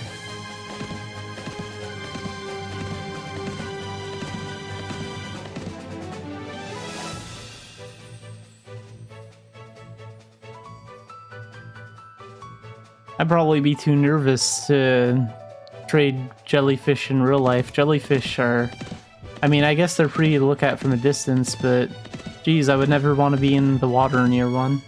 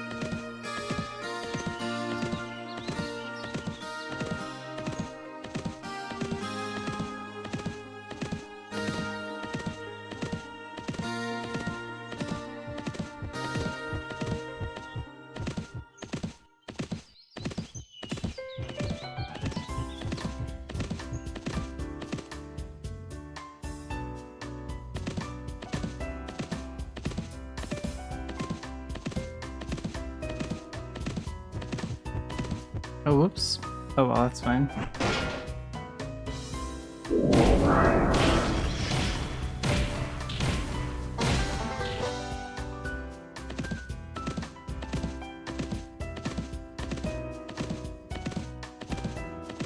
Dark Diviner makes it all too easy.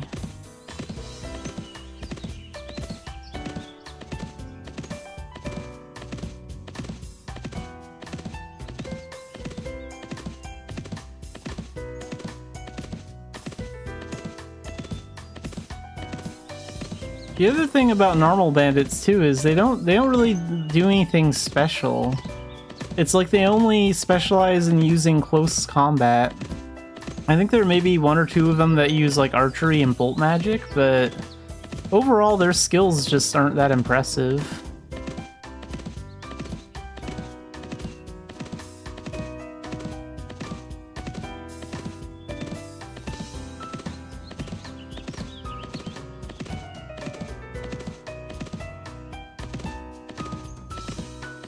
They really should do more with Ninja. It's kind of sad how Hagi and Anju are two of the most underused characters in the game. You do their short story, and then after that, your interaction with them is done forever. There's never any follow-up story, nothing about any type of ninja bandits or anything like that. There's a lot more they could do with those two characters.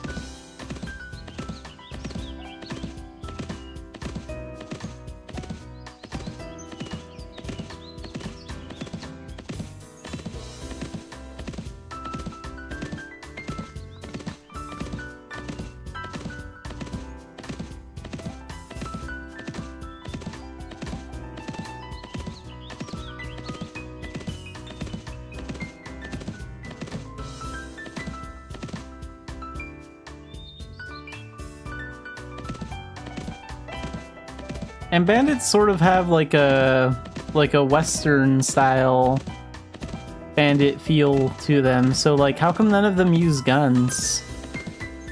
Like, I think they should just make a bandit that uses dual guns, like the succubus fiends in Phantasm.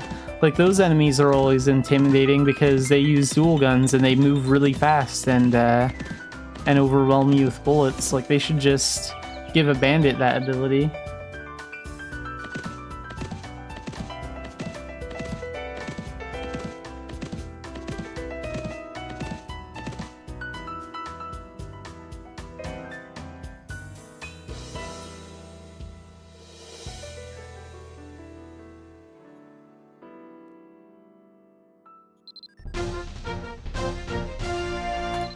Okay, so we're gonna sell those, make a little profit, and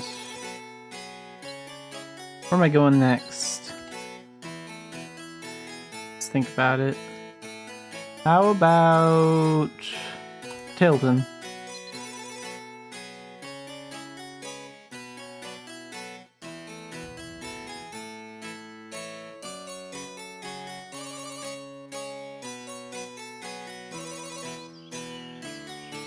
Hey, moving fast is always a good thing. And they could actually make ninja bandits would be pretty intimidating because, like, let's say one of them uses Shadow Cloak. That boosts that boosts like their movement speed, and they would turn like invisible. Imagine bandits that could completely like turn invisible so you couldn't see them for a few seconds, and then they would all of a sudden be on the other side of you and attack you.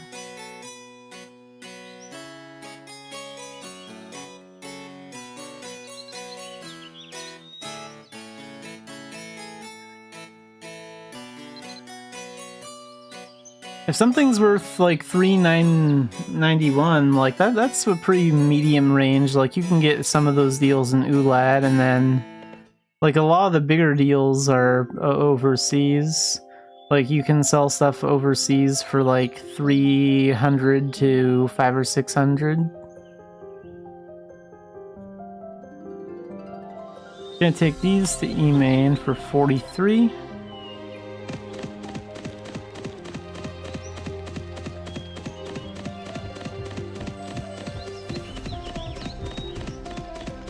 Yeah, and that's the problem like early in the season, because you only start out with 10,000 seasonal ducats at the start of each season, so it's like there's a limit to how much product you can buy.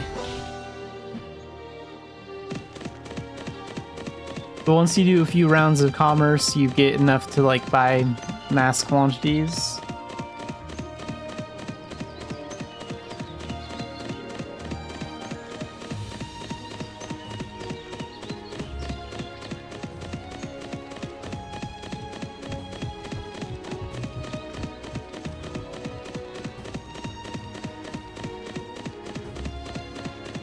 A quick workaround for that when a new trade season starts is actually bounty hunting, because bounty hunting will pay out seasonal ducats as well. So if you get your hands on like gold bounty hunting cards, then you'll get 19,000 seasonal ducats per run, and like bounty hunting runs can go a lot faster than like commerce runs. So within like 15-20 minutes you can get like 40,000-60,000 seasonal ducats from doing bounty hunting with some gold passes.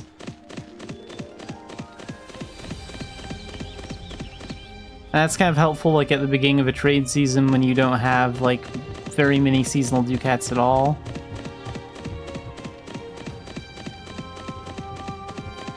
Hey, nice, bronze 4. You're on the way.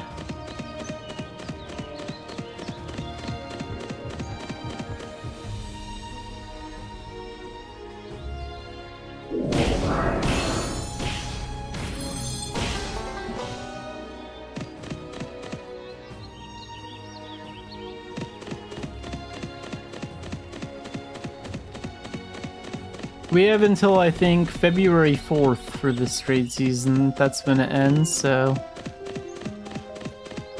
That's all of September, October, November, December, and January. That's 5 months. Plus the remaining time in August and the very few days in February.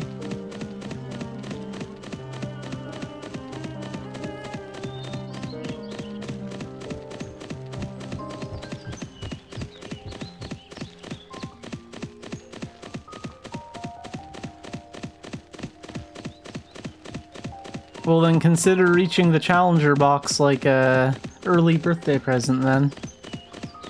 If you reach it. Because that'll give you an exclusive title, it'll give you the Starry Cat backpack and a couple of other things.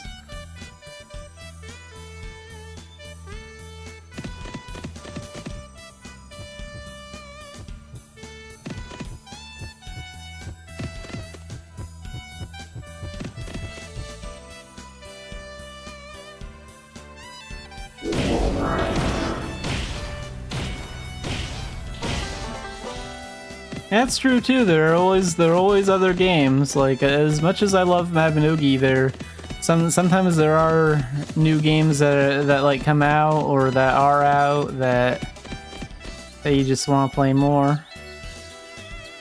Okay, we're going to E-main, so I need to cut across to here.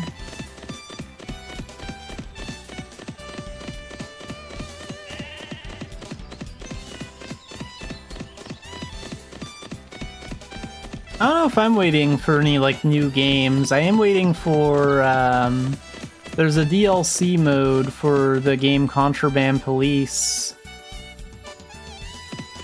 that's been, the devs keep delaying the DLC because they keep like polishing it and like adding new stuff, so I'm hoping that comes out before the end of the year. I'm really looking forward to that. That'll probably eat up a lot of my time.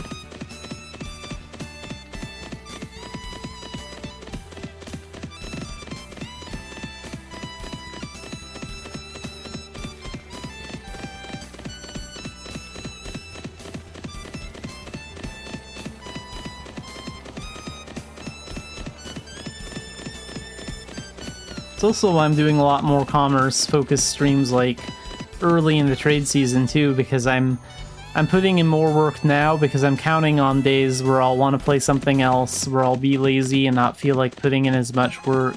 So I'm putting in the hard work now before the before the burnout or the slowdown point for my commerce starts. That way I'm kind of prepared.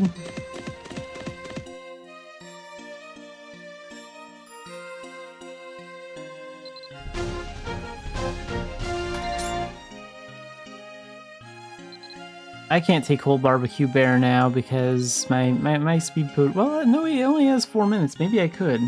I thought that speed potion had way more time. Maybe now is a good time to take whole barbecue bear. They do have a lot of it. Yeah, okay, let's do it. 560 in Veils.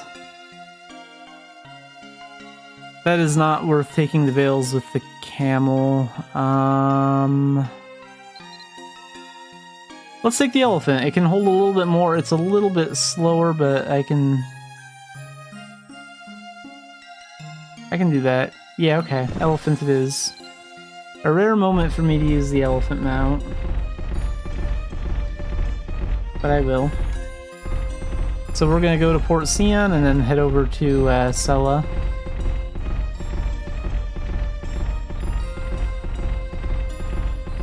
Yeah, the elephant can technically hold a little bit more than the camel, like more stuff, but the camel's like almost twice as fast as the elephant. But I don't want to use the camel because when I get to Port Sella, the camel's movement speed is going to be like cut in half.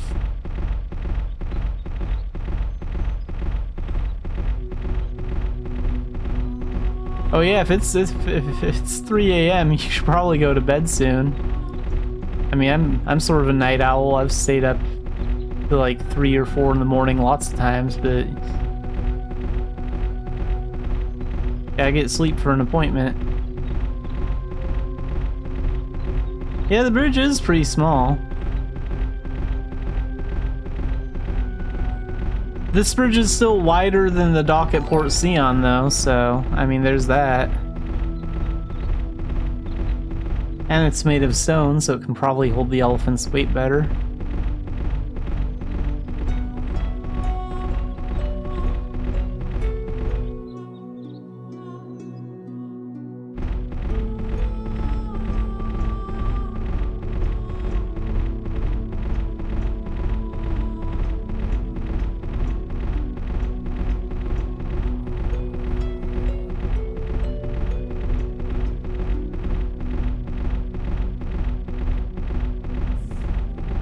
Yeah, speed potion's gonna wear off before I even get to Port Sion, isn't it? Like, it'll probably wear off when I'm in the Garrick Hills area, just outside of Bangor.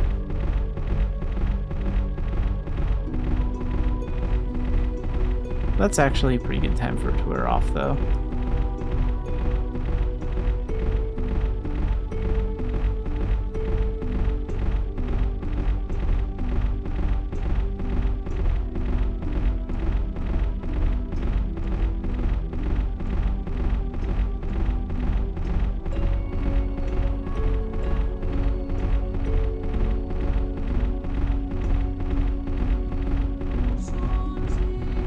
Don't want to encounter any bandits. I'm already moving slowly enough with the elephant.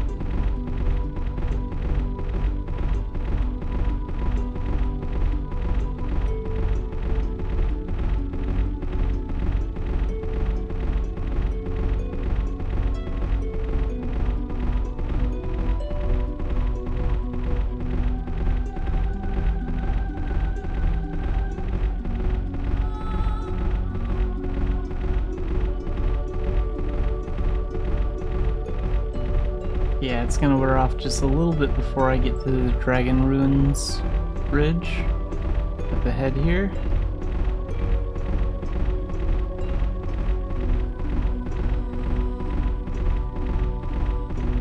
I wish it would have lasted a little bit longer, but that's okay.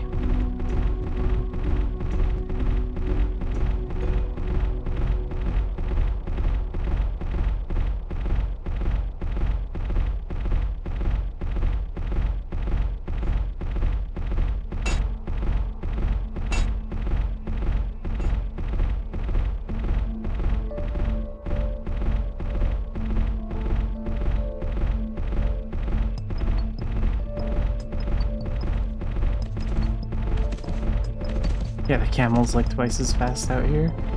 Honestly, it may have been better to just use the camel and take the slow camel speed by the time I get there. Oh well, doesn't matter. No matter what option you go with, there's always some sort of upside and downside.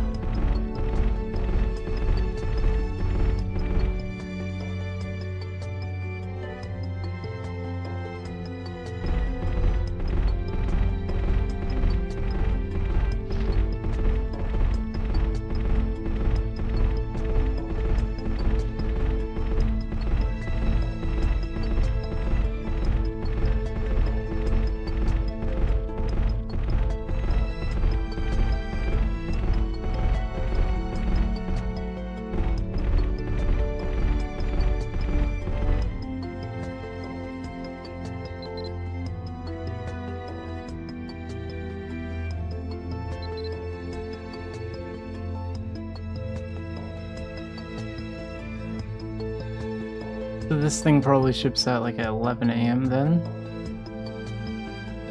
Because I think boarding happens about 2 hours prior to the departure time.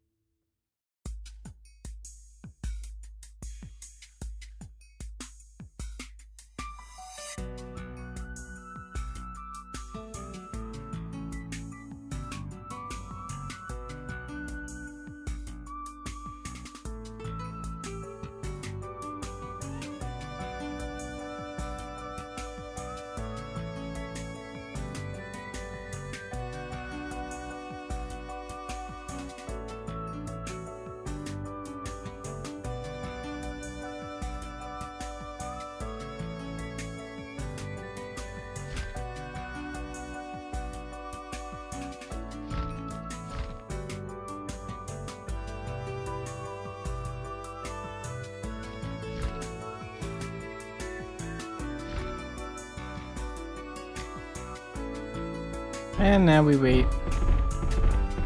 So while we wait to get to Port Sulla, I will be right back.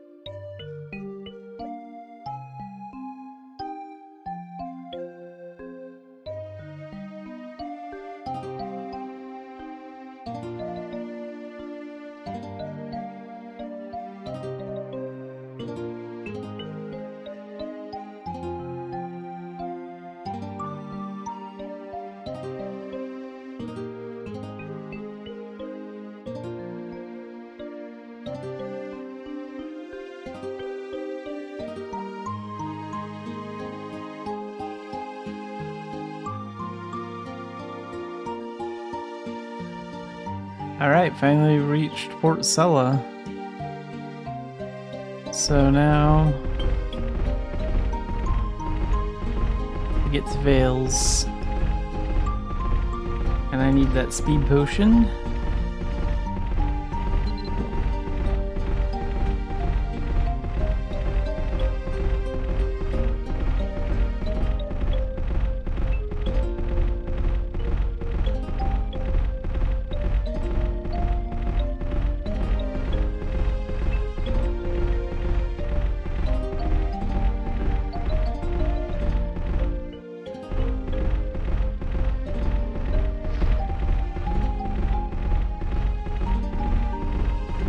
Where am I with my ranking?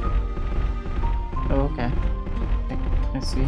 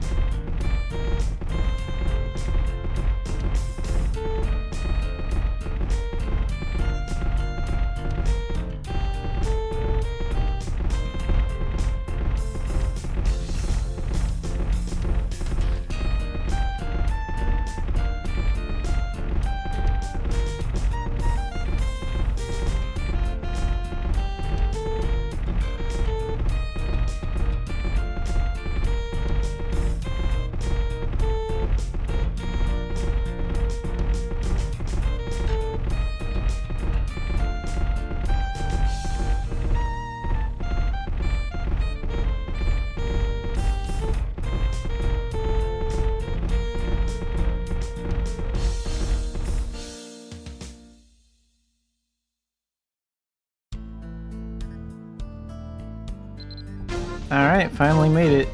So 560. Made a lot of profit off of those.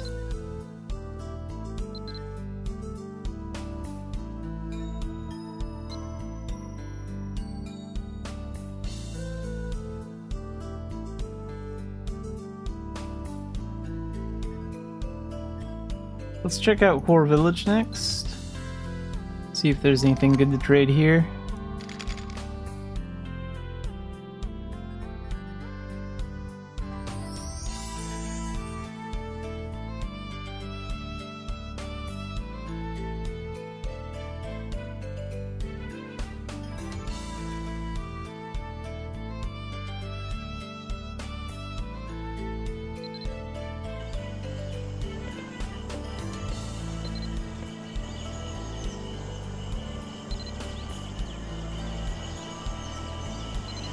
I'll buy the remaining Coracle Rubber and Platerra Raspberries. These are worth... One Quilla. Okay, so yeah, we're going to Quilla with this then.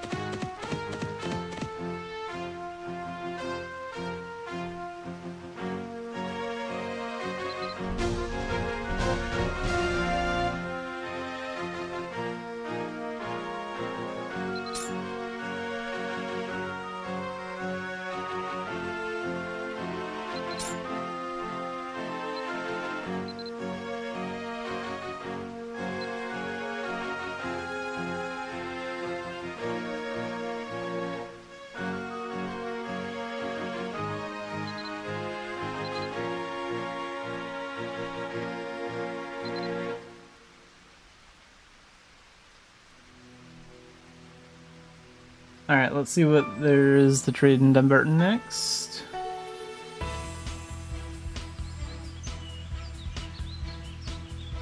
I think I'm going to do like 1 or 2 more commerce runs, and we'll save our last speed potion for tomorrow. So tomorrow we'll have like 6, and we'll do a lot more commerce. We'll do like a little bit of extra commerce tomorrow.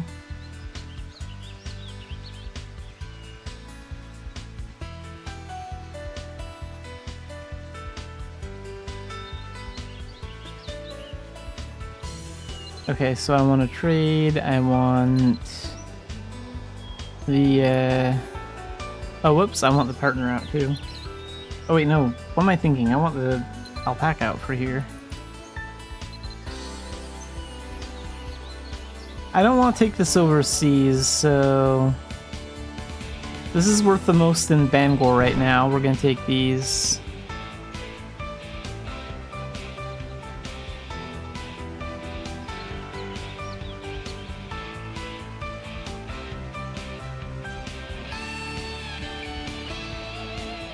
Oh crap, I accidentally used the camel mount. I had the alpaca summon and everything. Oh well, let's go ahead and sell these now, and then we'll go back and we'll get the rest of them. That's fine. Oops. Just got too lost in thought, and forgot to switch up the mounts. Not a big deal. It's not like Bangor's very far.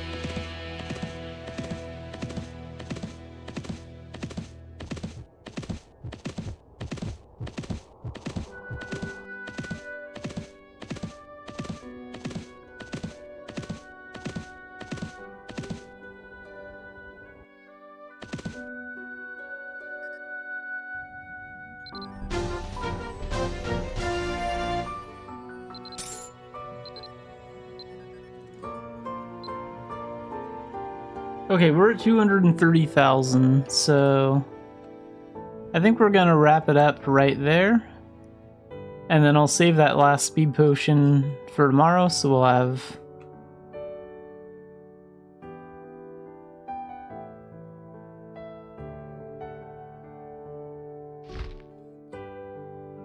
We'll have this speed potion plus the 5 that I'll buy tomorrow, that'll be 6.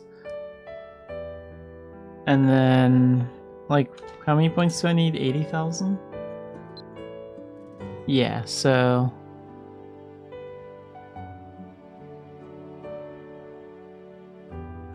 I'm thinking I'll probably get like another 30k points in tomorrow's stream, so we'll be at about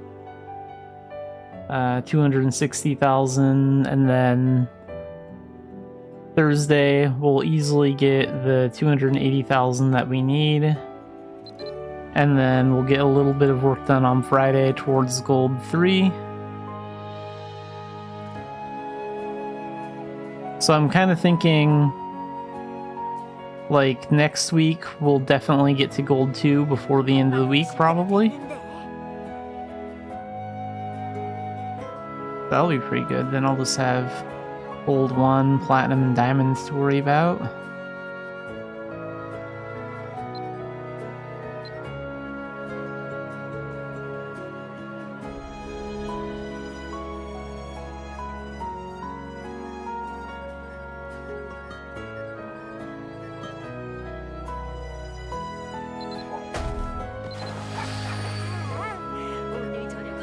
But anyway, that's it for today's Mabinogi stream, and we will be doing a lot more commerce tomorrow.